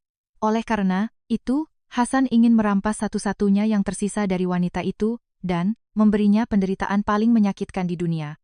Tidak ada hukuman yang lebih pedih daripada memisahkan anak dari ibunya. Meski Hasan berkata pada Siti akan membesarkan bayi itu sebagai darah daging keluarganya, kenyataannya sejak awal, Hasan tak pernah berniat merawat bayi itu. Begitu merampas bayi tersebut, Hasan langsung memanggil sekretarisnya diam-diam. Buang anak ini jauh-jauh. Di tempat yang tak ada seorang pun yang tahu, jangan sampai dia terlihat lagi. Itu saja perintahnya. Kemana atau bagaimana bayi itu dibuang, Hasan tak peduli sama sekali. Ia hanya ingin bayi itu musnah dari pandangannya. Sekretarisnya lalu membuang bayi malang itu diam-diam di depan sebuah panti asuhan Katolik di desa pelosok di Muntilan.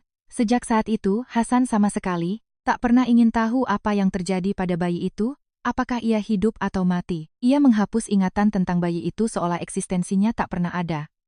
Pria tua yang congkak ini tak pernah membayangkan bahwa 34 tahun kemudian, sang bayi akan menjadi konglomerat dunia yang memimpin perusahaan global. Datang mencari ibunya berbekal seutas gelang rumah sakit. Hasan berbalik pelan dari jendela. Wajahnya yang sempat merah padam kini telah kembali dingin membeku bagai es. Ini bukanlah sekadar amarah, melainkan hawa dingin mematikan yang hanya bisa dimiliki oleh seseorang yang telah lama terbiasa menginjak-injak orang lain. Siapkan mobil. Hasan memerintah dengan suara berat. Kemana, Pak Hasan? Ke Gunung Halimun, Jawa Barat. Aku harus melihat wajah wanita itu dengan mataku sendiri. Petinggi itu tak berani bertanya lebih lanjut. Ia tak sadar bahwa aura pembunuh di wajah atasannya adalah dendam lama yang bangkit kembali setelah 34 tahun. Sedan hitam yang ditumpangi Hasan meluncur tanpa suara meninggalkan garasi bawah tanah. Pria yang telah menghancurkan hidup seorang wanita 34 tahun, lalu secara sempurna, kini sedang berpacu menemuinya kembali. Hasan sama sekali tak sadar. Di warung tua pelosok itu, keponakan yang ia buang 34 tahun lalu, duduk berbalut pakaian gembel, dan menyaksikan segalanya. Sore itu, awan tebal menggelayut di langit. Seperti biasa, Bima mengawasi Siti dari sudut warung makan puncak bukit. Siti yang berjalan pincang menyiapkan jualan sore, bernyanyi dengan suara pelan yang entah merupakan senandung gembira atau helaan napas panjang. Ketenangan sore itu mendadak dipecahkan oleh raungan suara mesin mobil dari luar. Sebuah sedan hitam berhenti menimbulkan kepulan debu di depan warung. Kendaraan berat yang memancarkan aura berbeda dengan minibus mentari konstruksi sebelumnya. Pintu belakang terbuka, dan seorang pria berambut putih perlahan turun. Pakaian jas mahalnya memancarkan keangkuhan, dan dari pandangan pertama, siapapun tahu ia bukan orang biasa. Merasakan aura yang tak wajar, Bima secara naluriah menyembunyikan diri ke arah belakang dapur.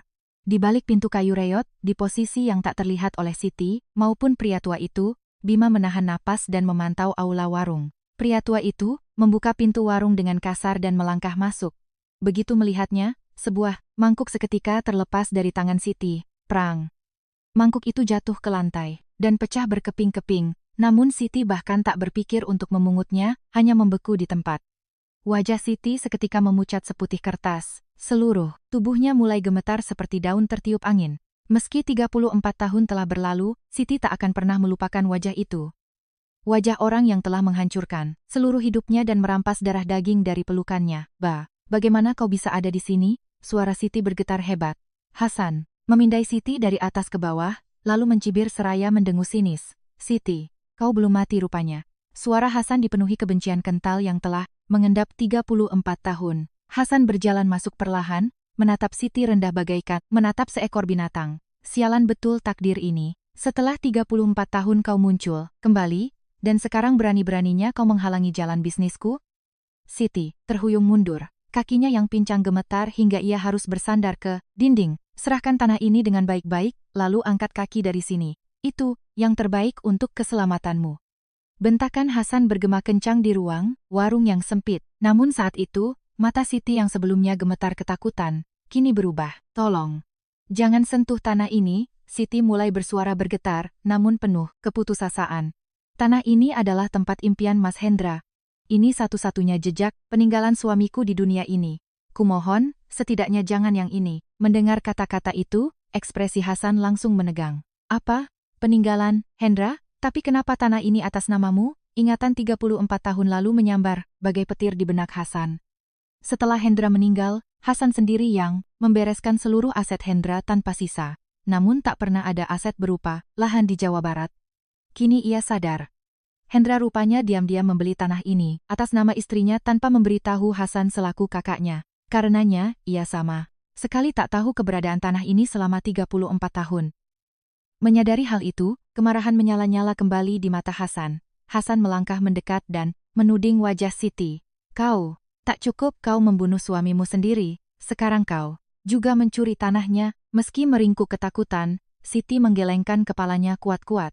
Bersandar pada dinding dengan kakinya yang tak sempurna, Siti memaksakan diri bersuara. Bukan begitu, dia membeli tanah ini atas namaku, agar kami bisa membangun rumah dan tinggal di sini di hari tua nanti.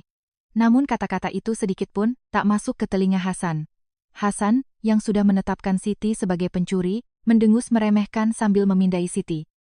Perempuan licik, kau rupanya membujuk Hendra yang polos untuk menyembunyikan tanah ini. Teriakan Hasan, memotong kalimat Siti.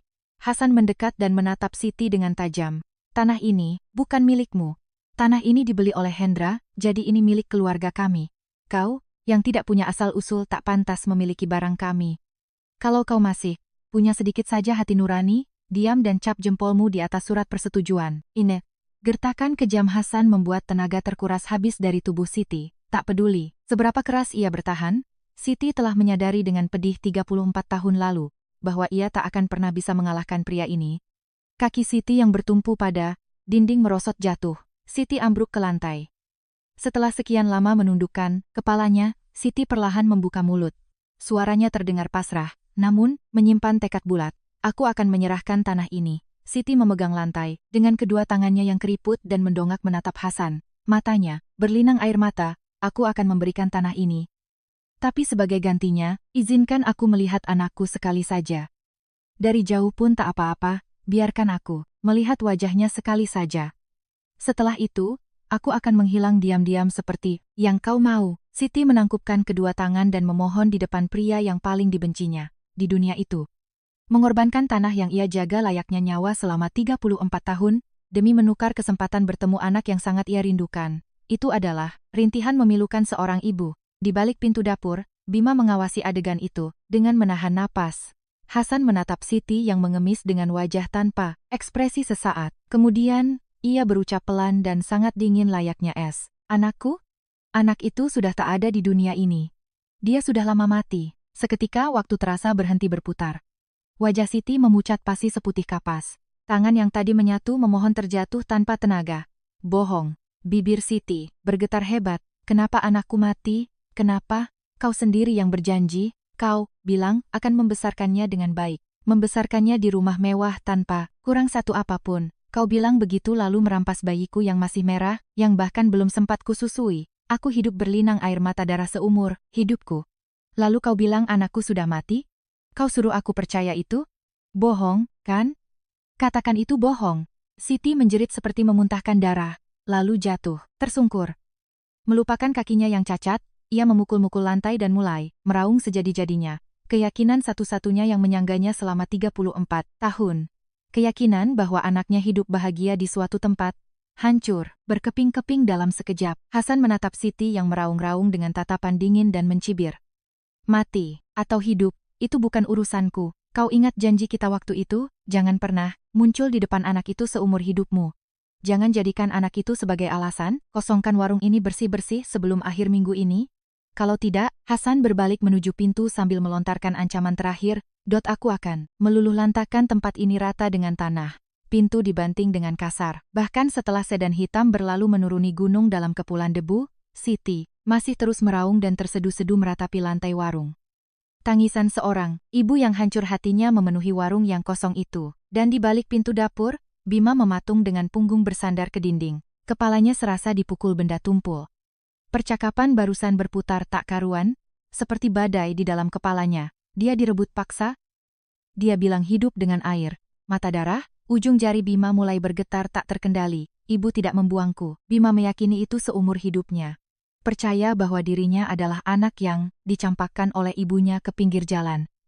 Rasa dendam itulah yang menjadi cambuk baginya untuk bertahan hidup hingga saat ini, namun ternyata tidak. Wanita itu, Siti tidak membuang anaknya. Ia dirampas dengan paksa oleh kakek tua berambut putih itu. Siti telah tertipu oleh kebohongan bahwa anaknya akan dibesarkan dengan baik, dan ia hidup dalam kerinduan yang mendalam selama 34 tahun. Itulah alasan mengapa setiap malam Siti terisak tertahan, dan pria tua tadi. Ia terus-menerus mengulang kata adikku Hendra. Darah, daging Hendra, bulu kuduk Bima merinding. Kepingan-kepingan teka-teki itu mulai terpasang di tempatnya. Siti adalah ibunya. Hendra yang telah meninggal adalah ayahnya.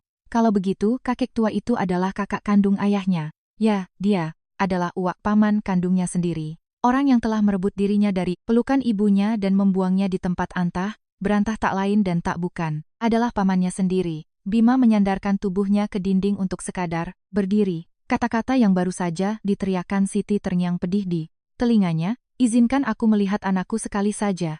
Dari jauh pun tak apa-apa. Saat ini juga, anak yang sangat ia rindukan itu ada tepat di balik dinding ini, tapi Siti tak menyadarinya dan justru mengemis pada musuhnya. Dada Bima terasa panas mendidih. Namun Bima menggertakkan giginya. Belum, saatnya. Ini bukan waktunya untuk runtuh. Ketangguhan sedingin es yang ia tempa selama 34 tahun menutupi perasaan yang bergejolak itu. Bima mengeluarkan ponsel dari sakunya dengan tangan yang gemetar. Ia menekan nomor manajer Dimas. Ini, aku, dengarkan baik-baik apa yang kukatakan sekarang. Suara Bima rendah tapi dingin seperti es. Gali ulang insiden 34 tahun lalu dari awal sampai akhir. Siti, Hendra, dan Hasan. Apa yang terjadi di antara mereka bertiga?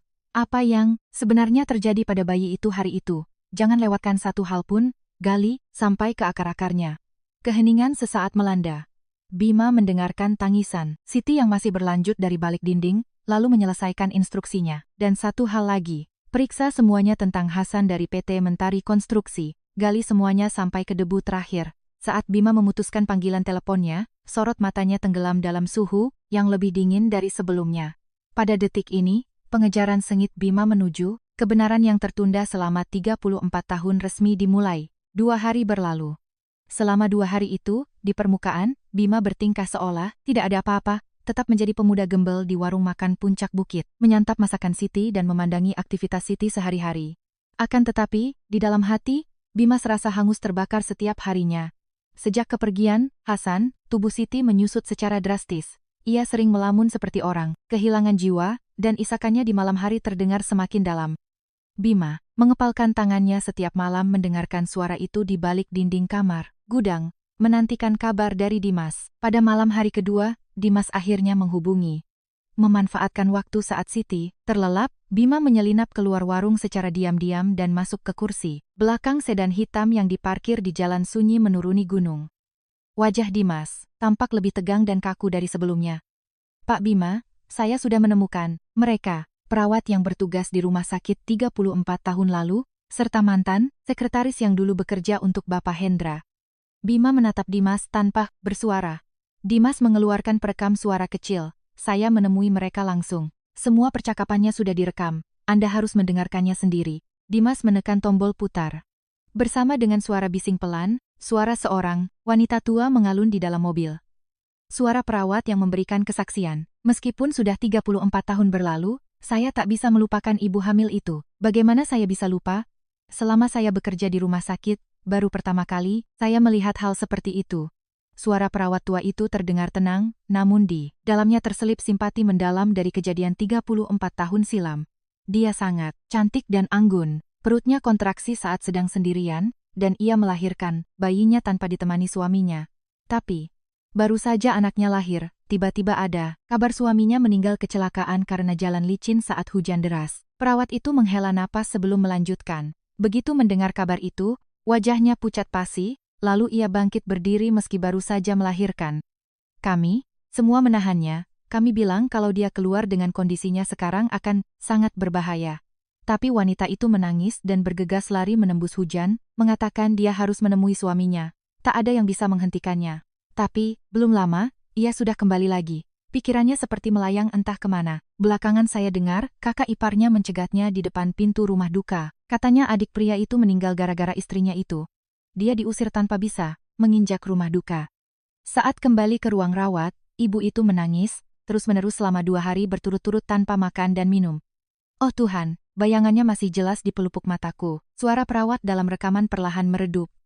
Di dalam mobil, kedua tangan Bima terkepal kuat hingga kukunya menancap di telapak tangan tanpa ia sadari. Rekaman terpotong sejenak, lalu terdengar suara seorang pria tua yang gemetar hebat. Sejak hari itu, saya tak pernah sekalipun bisa tidur nyenyak. Ia adalah mantan sekretaris Hendra. Kini usianya sudah jauh di atas 60 tahun. Saya sudah lama bekerja untuk Bapak Hendra. Beliau orang yang sangat baik, dan begitu pula dengan istrinya, Bu Siti. Beliau selalu memperlakukan kami dengan ramah dan baik. Tapi, saya telah melakukan perbuatan terkutuk padanya. Pria tua itu tak kuasa melanjutkan kalimatnya dan menangis, terseduh-seduh. Ia butuh waktu cukup lama untuk menenangkan diri dan berbicara. Lagi, setelah Pak Hendra meninggal tiba-tiba, kakaknya, Pak Hasan, membereskan semua yang ada di sekitar mendiang. Begitu sadisnya, sampai-sampai pegawai rendahan, seperti saya bahkan tak berani bernapas. Saat Bu Siti kembali dari rumah sakit, rumah mereka sudah kosong. Pak Hasan menyuruh orang untuk menguras habis isi rumah agar bisa mengusir Bu Siti. Suara kakek itu kembali gemetar. Lalu Pak Hasan datang dan meminta bayi itu diserahkan. Bu Siti memeluk bayinya erat-erat dan berusaha mati-matian melarikan diri. Ia berlari keluar pintu tanpa alas kaki dan ditangkap oleh orang-orang suruhan di luar. Bu Siti meronta supaya bayinya tak direbut, tapi tenaga lemah wanita yang baru melahirkan mana mungkin bisa melawan pria-pria tegap. Pada akhirnya, bayinya terlepas dari tangannya, dan Bu Siti jatuh terguling dari tangga. Saya melihat sendiri kakinya terkilir parah. Bu Siti berusaha keras berdiri, tapi tidak bisa. Pasti ada yang tidak beres dengan kakinya. Tapi saya hanya berdiri dari jauh dan menonton. Saya ingin berlari menolongnya, tapi tatapan Pak Hasan sangat menakutkan. Saya takut kehilangan pekerjaan, jadi kaki saya terpaku di tempat. Seluruh tubuh Bima seketika membeku, kaki yang patah terkilir parah. Kaki pincang yang tak pernah bisa. Bima alihkan pandangannya sejak pertama melihat Siti. Kaki itu adalah kaki yang patah demi mempertahankan dirinya. Napas Bima tercekat. Kesaksian pria tua itu terus mengalir. Bu Siti diusir dalam keadaan setengah mati setelah kehilangan anaknya. Pak Hasan berjanji, karena bayi itu adalah darah daging keluarganya, ia sendiri yang akan membawanya dan membesarkannya dengan layak. Tapi ia bilang pada Bu Siti untuk tak pernah muncul di hadapan bayi itu lagi seumur hidupnya. Kalau sampai ketahuan, masa depan anak itu akan hancur, dan ia yang akan menghancurkannya. Suara ratapan dan tangis Bu Siti di bawah tangga hari itu masih segar di ingatan saya. Suara kakek itu hancur, menjadi isak tangis. Tapi, begitu Bu Siti pergi, Pak Hasan langsung memerintahkan saya untuk membuang bayi itu jauh-jauh. Saya mendengar jelas perintah Pak Hasan dengan kedua telinga saya sendiri. Tapi demi perut anak istri saya di rumah, saya terlalu pengecut. Saya tidak berkata apa-apa dan menutup mata. Menjalani 34 tahun terakhir bagai hidup di neraka karena rasa bersalah itu. Bu Siti pasti mengira anaknya hidup mewah di suatu tempat. Ini semua salah saya. Kalau saja waktu itu saya bicara, kalau saja saya berani memberitahu Bu Siti, saya menyesal seumur hidup. Rekaman itu berakhir. Keheningan yang menekan mendera di dalam mobil. Bima tak dapat berkata apa-apa. Bukan. Ia benar-benar tak sanggup mengucapkan sepatah kata pun. Segala yang baru saja didengarnya menghancurkan lebur keyakinan tentang dunia yang selama 34 tahun ini dijaganya. Wanita yang membuangku. Bima mempercayainya seumur hidup. Ibu kejam yang membuangnya ke jalanan. Dengan menjadikan rasa benci itu sebagai kapak, ia menggertakkan giginya dan merangkak hingga ke posisinya saat ini. Tapi ternyata, itu semua, keseluruhan hidupnya, adalah kesalahpahaman yang sangat besar. Ibunya tidak pernah membuangnya. Ibunya merelakan kakinya patah demi melindunginya, tertipu oleh kebohongan bahwa anaknya akan dirawat dengan baik, merelakan darah. Dagingnya pergi dengan derai air mata darah. Dan selama 34 tahun, dengan kaki pincang, ia menjaga tempat terpencil di gunung. Itu, dengan keyakinan bahwa anaknya tumbuh bahagia di luar sana. Menjalani hidup dengan rasa bersalah yang mengoyak jiwa karena mengira dirinya penyebab kematian suami, dan membawa kerinduan mendalam pada sang anak yang dipendamnya selamanya di dalam dada.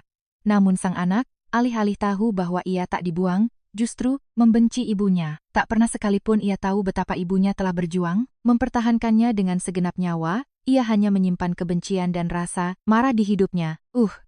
Suara rintihan bak binatang buas yang terluka keluar dari mulut Bima. Air mata panas mengalir deras dari mata pria yang selama hidupnya bersikap sedingin es. Bima menutupi wajah dengan kedua tangannya. Bahunya berguncang tak terkendali. CEO konglomerat yang menaklukkan dunia itu, kini menangis, terseduh-seduh seperti anak kecil di kursi belakang mobil sedan. 34 tahun. Ia telah membenci selama 34 tahun. Ia menjalani hidup dengan membenci, satu-satunya orang di dunia yang paling mencintainya. Waktu 34 tahun yang keliru, itu telah mencabik-cabik hati Bima. Dimas tak sanggup berucap apa-apa, hanya bisa menunduk menjaga kesunyian selagi pimpinannya meratapi masa lalu. Setelah lama menangis, barulah Bima perlahan mengangkat kepalanya.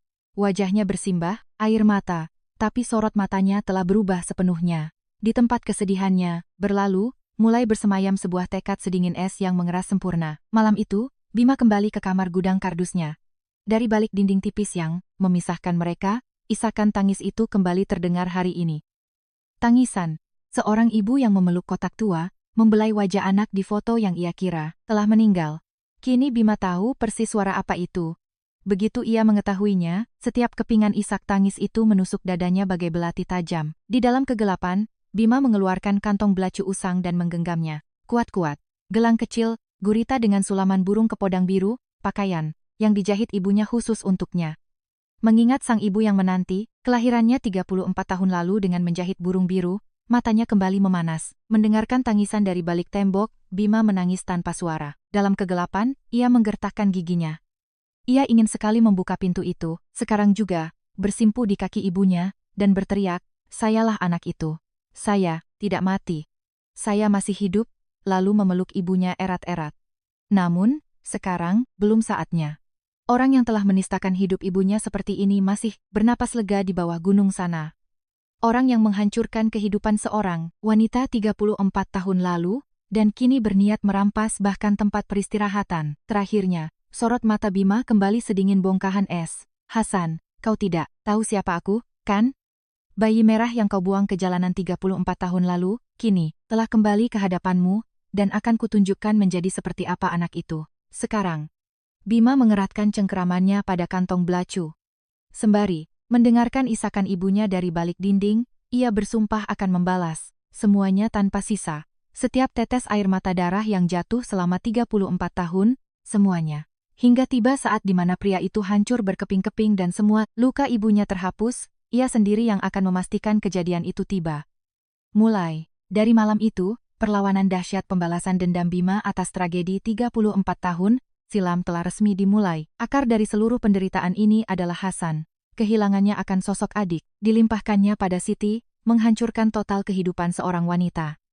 Ia merampas bayi merah dari pelukan ibunya dan membuangnya ke pinggir jalan. Dan 34 tahun kemudian, dia kembali untuk merampas satu-satunya pijakan terakhir yang Siti miliki. Hasanlah segalanya. Sepanjang malam itu, sesuatu di dalam diri, Bima telah sepenuhnya berganti wujud. Air mata yang terkuras habis tergantikan oleh bongkahan es padat nan kokoh. Kejeniusan dan perhitungan dingin yang sukses menaklukkan pasar global kini terarah pada satu target tunggal. Menghancurkan Hasan secara paripurna. Itu adalah hal pertama yang harus dilakukannya demi ibunya. Bima kini memiliki dua wajah. Di siang hari, ia masih berpenampilan sebagai pemuda gembel di warung makan puncak bukit. Ia memakan masakan hangat Siti dan memperhatikan ibunya itu bekerja dengan kaki pincangnya. Kini, setiap suapan, nasi dan setiap lirikan, matanya menyisakan rasa pilu. Kaki itu yang patah karena melindungiku. Menyadari fakta itu, setiap inci keberadaan ibunya kini menjadi rasa sakit yang mendalam baginya. Berulang kali Bima menahan hasrat untuk berlutut dan memanggilnya dengan sebutan ibu, menelannya dalam-dalam dengan gigitan di bibir. Waktunya belum tiba, dan saat malam turun, Bima berubah menjadi sosok yang sepenuhnya berbeda.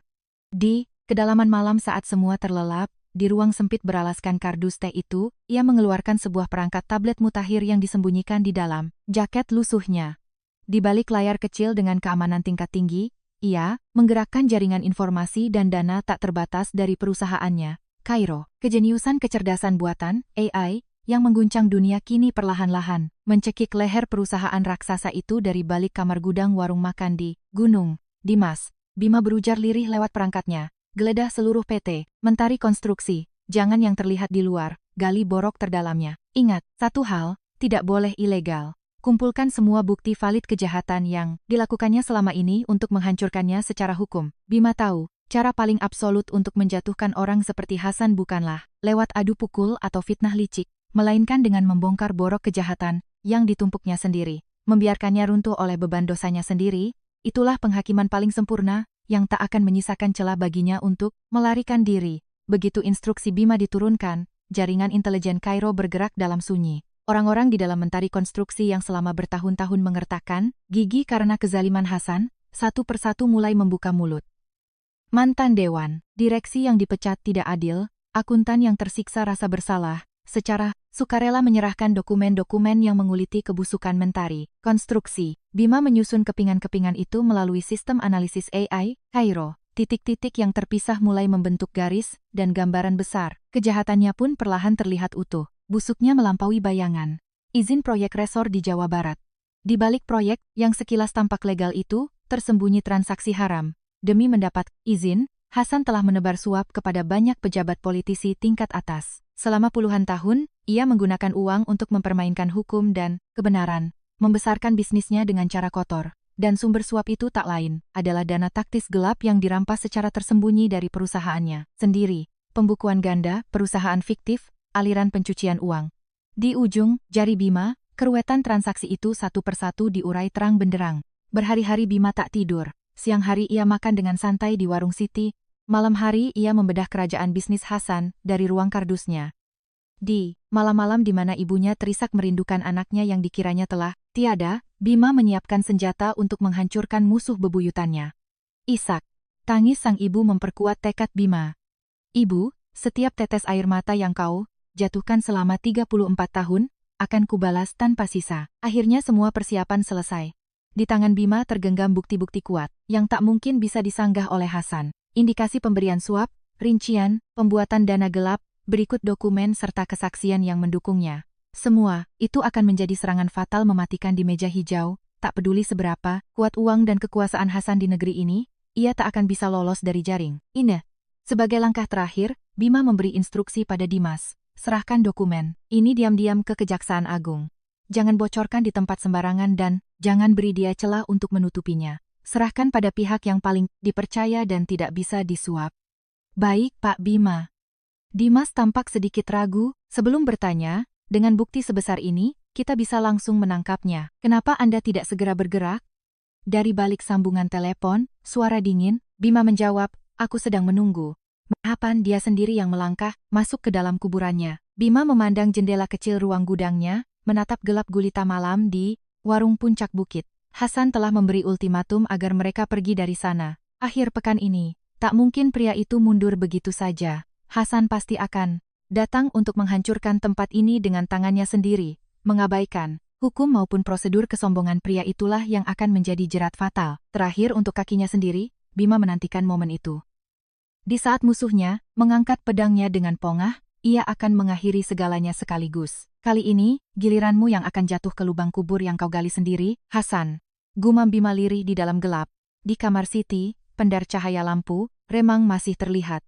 Bima mengepalkan kedua tangannya seraya menatap sinar. Itu, tunggulah sebentar lagi ibu. Aku akan segera menghapuskan penderitaan ibu. Itu adalah malam sebelum badai pecah. Di tengah keheningan yang menyelimuti, warung makan puncak bukit, momen penghakiman atas dosa 34 tahun silam perlahan, mendekat tanpa suara. Pagi keesokan harinya, saat Siti tengah sibuk mempersiapkan dagangannya, Bima diam-diam keluar dari kamar gudang dan menuruni jalan pegunungan. Di bawah sana, sebuah sedan hitam telah menantinya, dan Bima langsung masuk dengan tenang. Sedan itu kemudian melaju menjauh dari lokasi warung. Di lain pihak, Siti masih sibuk memasak kaldu, memotong sayur, dan bersiap menyambut pembeli. Saat persiapan paginya hampir rampung, suara deru mesin kencang menggelegar memecah keheningan warung puncak bukit.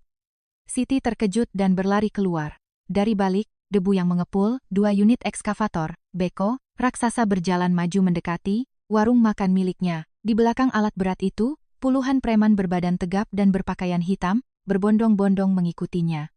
Dan di barisan paling depan, berdirilah Hasan. Siti, kau telah menyia-nyiakan kesempatan yang kuberikan, hardik Hasan dengan sombong sambil bersedekap.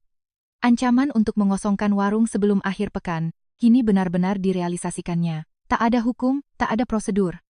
Hanya kesombongan pria yang seumur hidup mengandalkan kekuatan dan uang. Hari ini, aku akan meratakan tempat ini tanpa sisa. Mulai mengikuti isyarat tangan Hasan, ekskavator menderu bising dan mulai bergerak, maju menuju bangunan warung. Lengan besinya yang kokoh terangkat tinggi, siap menghantam atap kayu tua itu.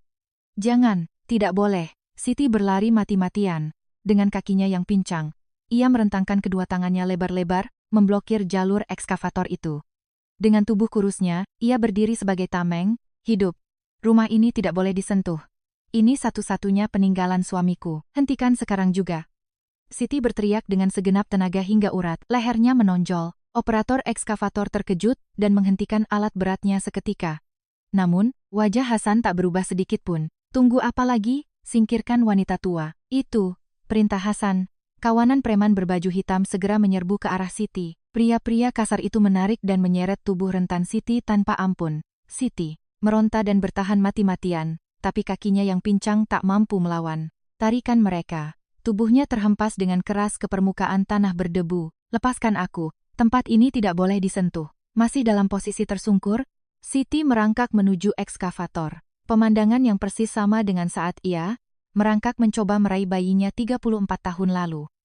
Dengan tangan berlumur lumpur, ia meremas tanah dan meratap sejadi-jadinya. Tepat pada detik itu, terlihat iring-iringan sedan hitam yang melaju mendaki jalan dari arah bawah gunung. Disertai suara sirine yang memecah keheningan, deretan kendaraan itu masuk ke halaman warung puncak bukit. Pintu-pintu mobil terbuka, dan para penyidik Kejaksaan Agung, beserta para pengawal berbadan tegap, tumpah ruah keluar. Di tengah kerumunan itu, seorang pria turun dengan sangat perlahan dari salah satu mobil mewah. Setelan jas hitam yang rapi tanpa sehelai benang pun yang melenceng. Tatapan, matanya setajam pedang es yang mengintimidasi semua orang. Pria asing itu, Siti yang tersungkur di tanah menatap pria itu dengan pandangan kosong. Wajah pria itu asing, namun bentuk matanya terasa familiar. Siti memicingkan matanya, mengamatinya lekat-lekat, lalu seluruh tubuhnya membeku kaku. Wajah pemuda, gembel yang tidur di gudang kardusnya hingga beberapa hari lalu, seketika bertumpuk menyatu dengan wajah pria gagah di hadapannya itu. Nak, gumam Siti dengan suara bergetar yang tak percaya. Pemuda malang tak punya arah yang ia beri makan gratis itu kini berdiri memancarkan aura penguasa yang seolah menaklukkan dunia. Di sisi lain, Hasan pun terguncang oleh kedatangan mendadak tim dari kejaksaan. Namun saat melihat wajah pria yang baru turun dari mobil, kening Hasan berkerut dalam. Ia mengenali wajah itu, wajah yang tidak seharusnya berada di pelosok gunung terpencil ini, tapi jelas-jelas familiar. Mata Hasan membelalak kaget, wajah itu, bukankah dia Park? Bukan, Bima, CEO Kairo, gumam Hasan, pelan dengan suara bergetar. Bima, jenius muda fenomenal yang tengah menguasai pasar dunia. Namun, mengapa pria seterkenal dia bisa tiba-tiba muncul di warung reot gunung ini bersama rombongan kejaksaan? Hasan sama sekali tak mengerti. Bima menatap Hasan dan menjawabnya dengan dingin. Benar, saya Bima, CEO Kairo. Bima melangkah perlahan ke arah Hasan, langkah yang mantap tanpa keraguan. Sedikit pun, ia lalu berdiri tepat berhadapan, memblokir jalan Hasan. Dua pasang mata beradu sengit di udara. Bapak Hasan, suara Bima terdengar rendah dan dingin menusuk. Anda baru saja melakukan perusakan properti orang lain tanpa prosedur dan izin yang sah. Terlebih lagi saat masih ada manusia di dalamnya. Seluruh kejadian di tempat ini telah kami rekam. Siapa kau berani ikut campur? Memangnya kalau kau CEO perusahaan teknologi, kau bisa seenaknya? Kenapa kau mencampuri urusanku? Bentak Hasan dengan amarah. Namun, Bima tak bergeming sedikit pun. Sebaliknya, senyum sinis nan dingin tersungging di bibirnya seraya ia memberi isyarat tangan kepada para penyidik kejaksaan. Saya bukan sedang ikut campur, melainkan sudah lama menunggu. Menunggu agar kau dengan kedua kakimu sendiri melangkah masuk ke liang lahat. Tepat setelah ucapan itu, penyidik kejaksaan mengepung Hasan. Salah satu penyidik maju dan menunjukkan surat perintah penangkapan.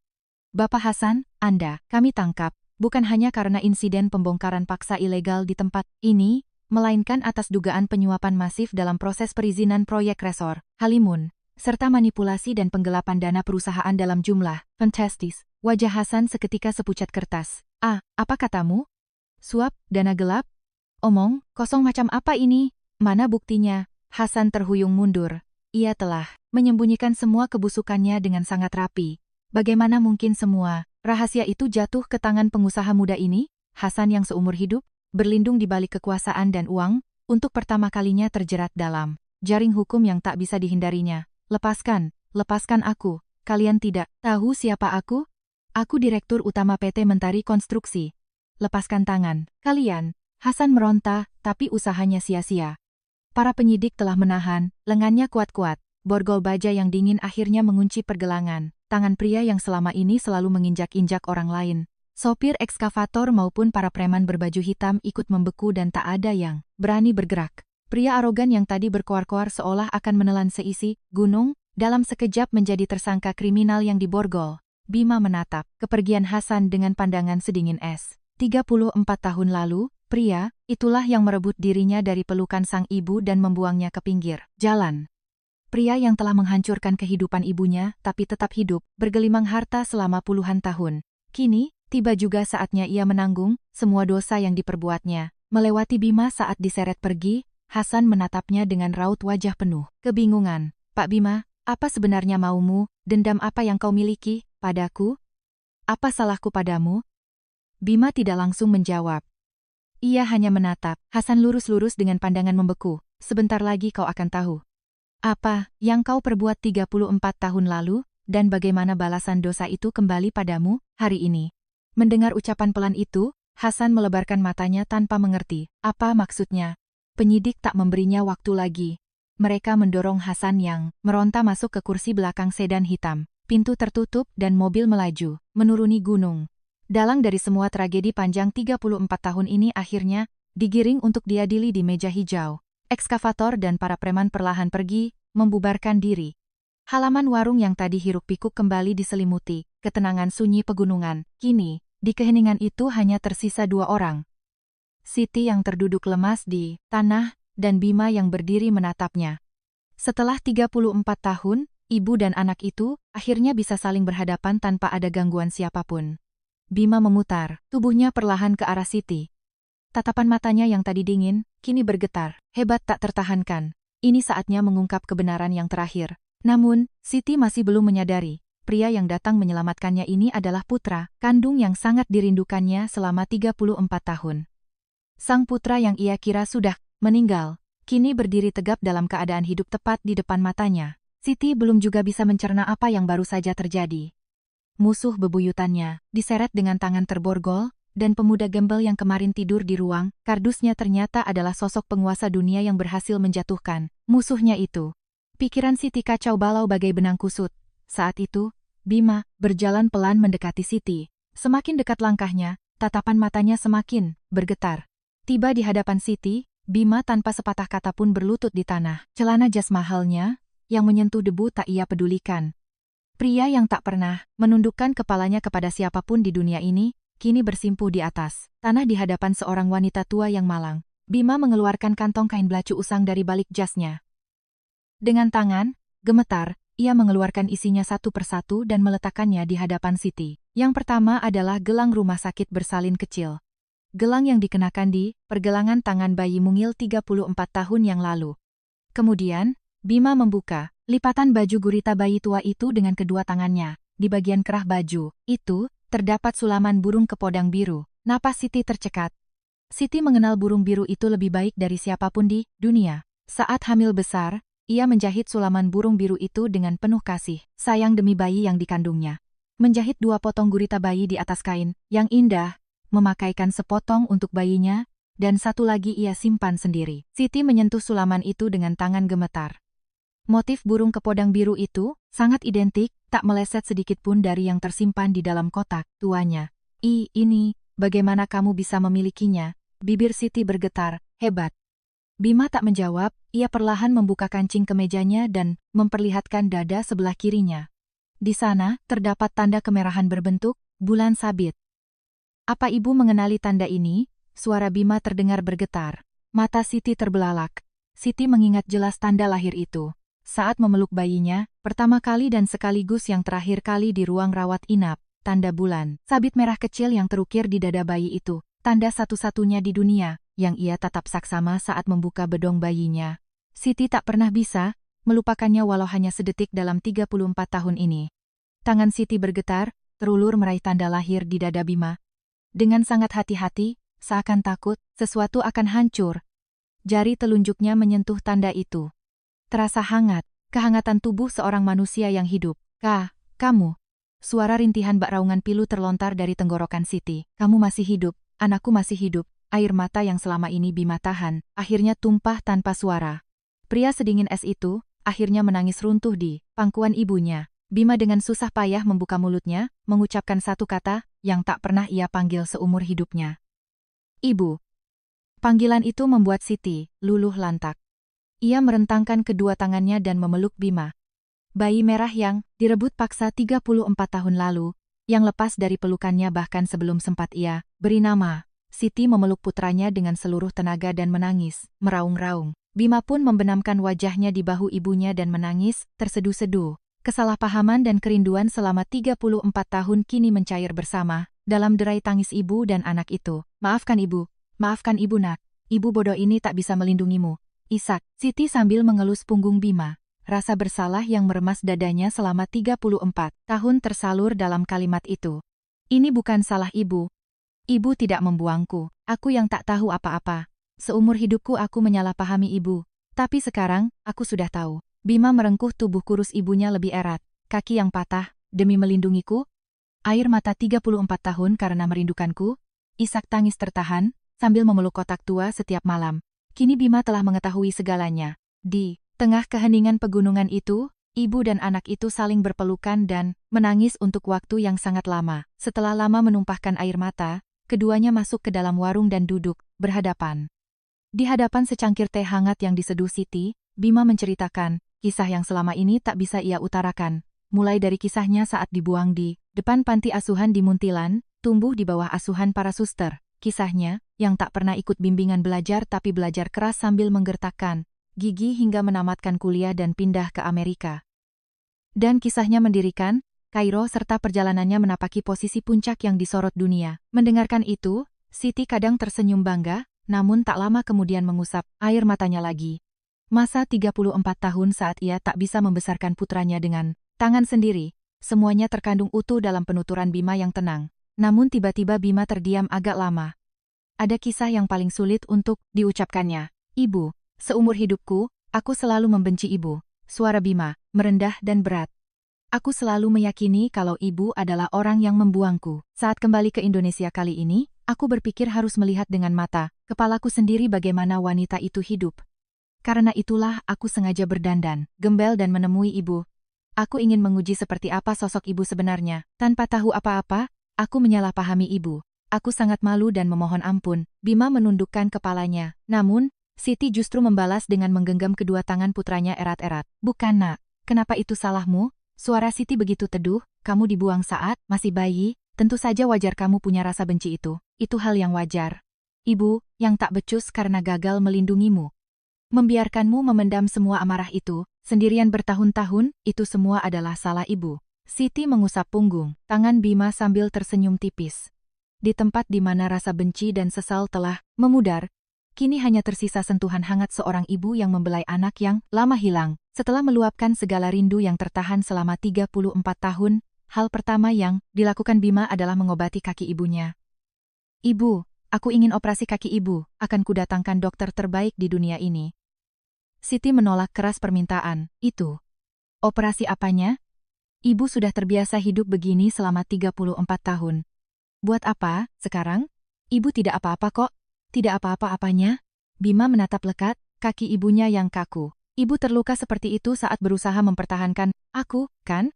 Gara-gara aku, ibu harus hidup pincang selama 34 tahun. Kali ini, giliranku, biarkan aku mengobatinya. Jadi tolong dengarkan permintaanku kali ini saja, ibu. Mendengar permohonan putranya, Siti tak bisa lagi menolaknya.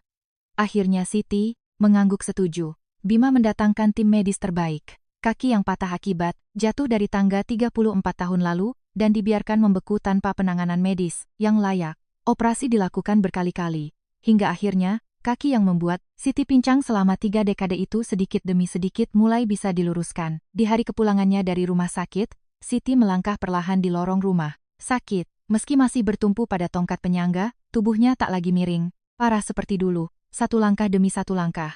Untuk pertama kalinya, dalam 34 tahun, Siti memijak tanah dengan lurus.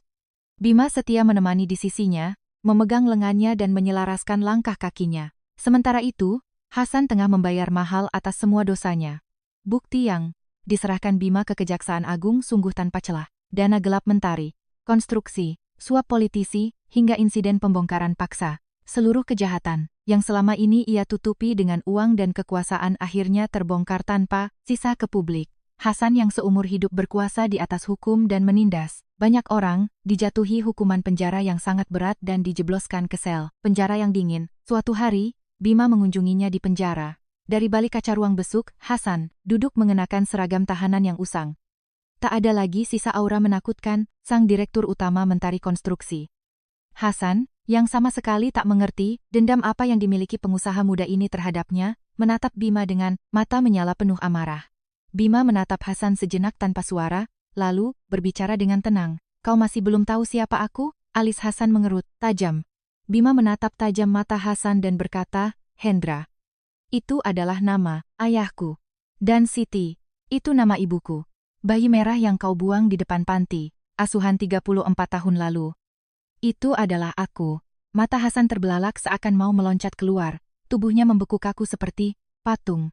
Pria yang telah menghancurkannya hingga tiada sisa ini, rupanya adalah darah daging adiknya sendiri yang ia buang dengan tangannya. Rahang Hasan ternganga lebar, tanpa bisa memekikkan satu kata pun. Kau bilang kau melakukan itu karena menyayangi adikmu? Kau benci karena wanita miskin telah menggoda adikmu? Suara Bima merendah dan kelam. Tapi kau malah membuang darah daging, adik yang sangat kau cintai itu ke pinggir jalan. Merampasnya paksa dari pelukan ibunya. Kau tidak pernah mencintai ayahku. Kau hanya marah karena merasa barang milikmu telah dirampas. Wajah Hasan meringis kusut. Namun, saat tatapan matanya bertemu dengan sepasang mata dingin Bima, garis hidung mancung dan keningnya yang tegas, Hasan tanpa sadar tersentak ngeri. Di balik kaca itu, ia melihat wajah adiknya yang sangat ia sayangi. Hendra menatap lurus padanya. Adik yang meninggal 34 tahun lalu, berdiri persis dengan umur dan wujud yang sama saat kecelakaan itu terjadi. Pupil mata Hasan bergetar seketika. Tapi itu hanya sebentar. Hasan langsung berdiri menggebrak dan memukul-mukul kaca pembatas dengan histeris. Diam. Tahu apa kau asal bicara? Ini semua karena Siti si perempuan licik itu. Wanita itu yang membuat hubungan persaudaraan kami hancur. Perempuan perusak rumah tangga orang yang menggoda adikku yang polos. Hasan masih terus menyalahkan Siti hingga akhir. Tak sedetik pun ia mau mengakui dosanya sendiri, bahkan setelah 34 tahun berlalu. Bima tak ingin lagi meladeni Hasan. Setelah menatap dingin pria yang mengamuk itu untuk terakhir kali, Bima bangkit dari kursi dengan tenang. Habiskan sisa hidupmu di sana. Minta maaflah pada semua orang yang pernah kau injak-injak. Dengan meninggalkan kalimat terakhir itu, Bima keluar dari ruang. Besuk tanpa menoleh ke belakang lagi. Teriakan dan umpatan Hasan menghujaninya dari belakang, namun langkah Bima tak goyah sedikit pun. Dengan begitu, kutukan masa lalu yang telah berusia 34 tahun akhirnya berakhir sudah. Beberapa hari kemudian, Bima dan Siti tengah menuju ke suatu tempat. Ke pemakaman Hendra, sang ayah, yang telah dicari Bima ke berbagai sumber informasi. 34 tahun lalu, Siti yang bahkan tak bisa menginjak rumah duka dan diusir paksa. Setelah itu, Siti menjalani 34 tahun hidupnya tanpa mengetahui di mana suaminya disemayamkan. Dengan dituntun putranya, Siti melangkah perlahan mendekati makam itu. Sesampainya di depan nisan, Siti terdiam sangat lama. 34 tahun yang begitu panjang telah ia lalui untuk akhirnya bisa berdiri kembali di hadapan suaminya. Siti membelai nisan itu dengan tangan bergetar, "Mas, aku datang. Maaf baru datang sekarang. Maaf aku datang terlambat." Suara Siti terseduh. Tapi bukan lagi tangisan putus asa seperti 34 tahun lalu. Ini adalah tangisan yang akhirnya bisa ia lepaskan perlahan setelah dipendam teramat lama. "Waktu kamu pergi meninggalkanku, aku sangat hancur. Tapi sekarang, aku sudah tidak apa-apa." Siti menggenggam erat tangan Bima di sisinya. Ia lalu mengangkat tangan Bima, seolah ingin memamerkannya pada nisan. "Sang suami, ini anak kita, Mas. Anak kita sudah tumbuh jadi orang hebat. Kalau saja Mas bisa melihatnya. Pasti kamu sangat bahagia." Air mata mengalir tanpa suara membasahi pipi Siti. Luka menganga yang tertahan di dadanya selama 34 tahun sedikit demi sedikit mencair bersama air matanya. Bima pun berdiri tegap di depan nisan sang ayah. Ayah yang tak pernah dilihat, wajahnya seumur hidup, ayah yang telah memberinya kehidupan. Bima menundukkan kepalanya dalam-dalam di depan pusara. "Ayah, maafkan aku baru bisa menyapa. Sekarang, Ibu, biar aku yang menjaganya. Ayah tidak usah khawatir dan beristirahatlah dengan tenang." Angin berhembus melintasi bukit pemakaman. Angin, sejuk nan hangat. Siti terus berdiri lama di depan pusara suaminya sambil menggenggam tangan putranya. Waktu sebuah keluarga yang telah membeku di bawah derasnya hujan 34 tahun lalu, akhirnya kembali berdetak hari ini. Bima membawa ibunya kembali ke warung puncak bukit yang kecil itu. Berdiri di halaman tanpa harus berjalan pincang lagi, wajah Siti untuk pertama kalinya dalam 34 tahun memancarkan senyuman bahagia tanpa beban. Putra yang dikiranya telah meninggal kini hidup kembali di pelukannya, dan dendam kelam selama 34 tahun akhirnya telah lenyap. Waktu antara ibu dan anak yang sempat terputus, kini barulah akan benar-benar dimulai. Di halaman warung puncak bukit yang telah menyambut musim baru yang hangat, suara tawa keduanya menyebar perlahan, menghangatkan segalanya. Bagaimana cerita hari ini? Ibu yang sangat dibenci Bima sepanjang hidupnya, ternyata adalah sosok yang kehilangan segalanya demi melindungi anaknya. Dan Siti bertahan selama 34 tahun dengan keyakinan bahwa putra yang dirampas darinya tumbuh bahagia entah di mana. Rentang waktu panjang yang dihabiskan dalam kesalahpahaman benar-benar menyayat hati. Di dunia ini, ada ketulusan yang tak bisa dilihat dari luarnya saja. Seberapapun seseorang mencoba menutupinya, pada akhirnya kebenaran akan muncul. Sama seperti luka Siti yang terobati setelah 34 tahun, kebenaran meski datang terlambat, akan selalu menemukan tempatnya. Mungkin itulah pesan elo penghiburan kecil yang ingin disampaikan oleh cerita ini. Jika cerita hari ini menyentuh hati Anda, mohon bantu subscribe dan like. Dan silakan bagikan juga cerita Anda di kolom komentar. Sampai jumpa di cerita-cerita hangat berikutnya.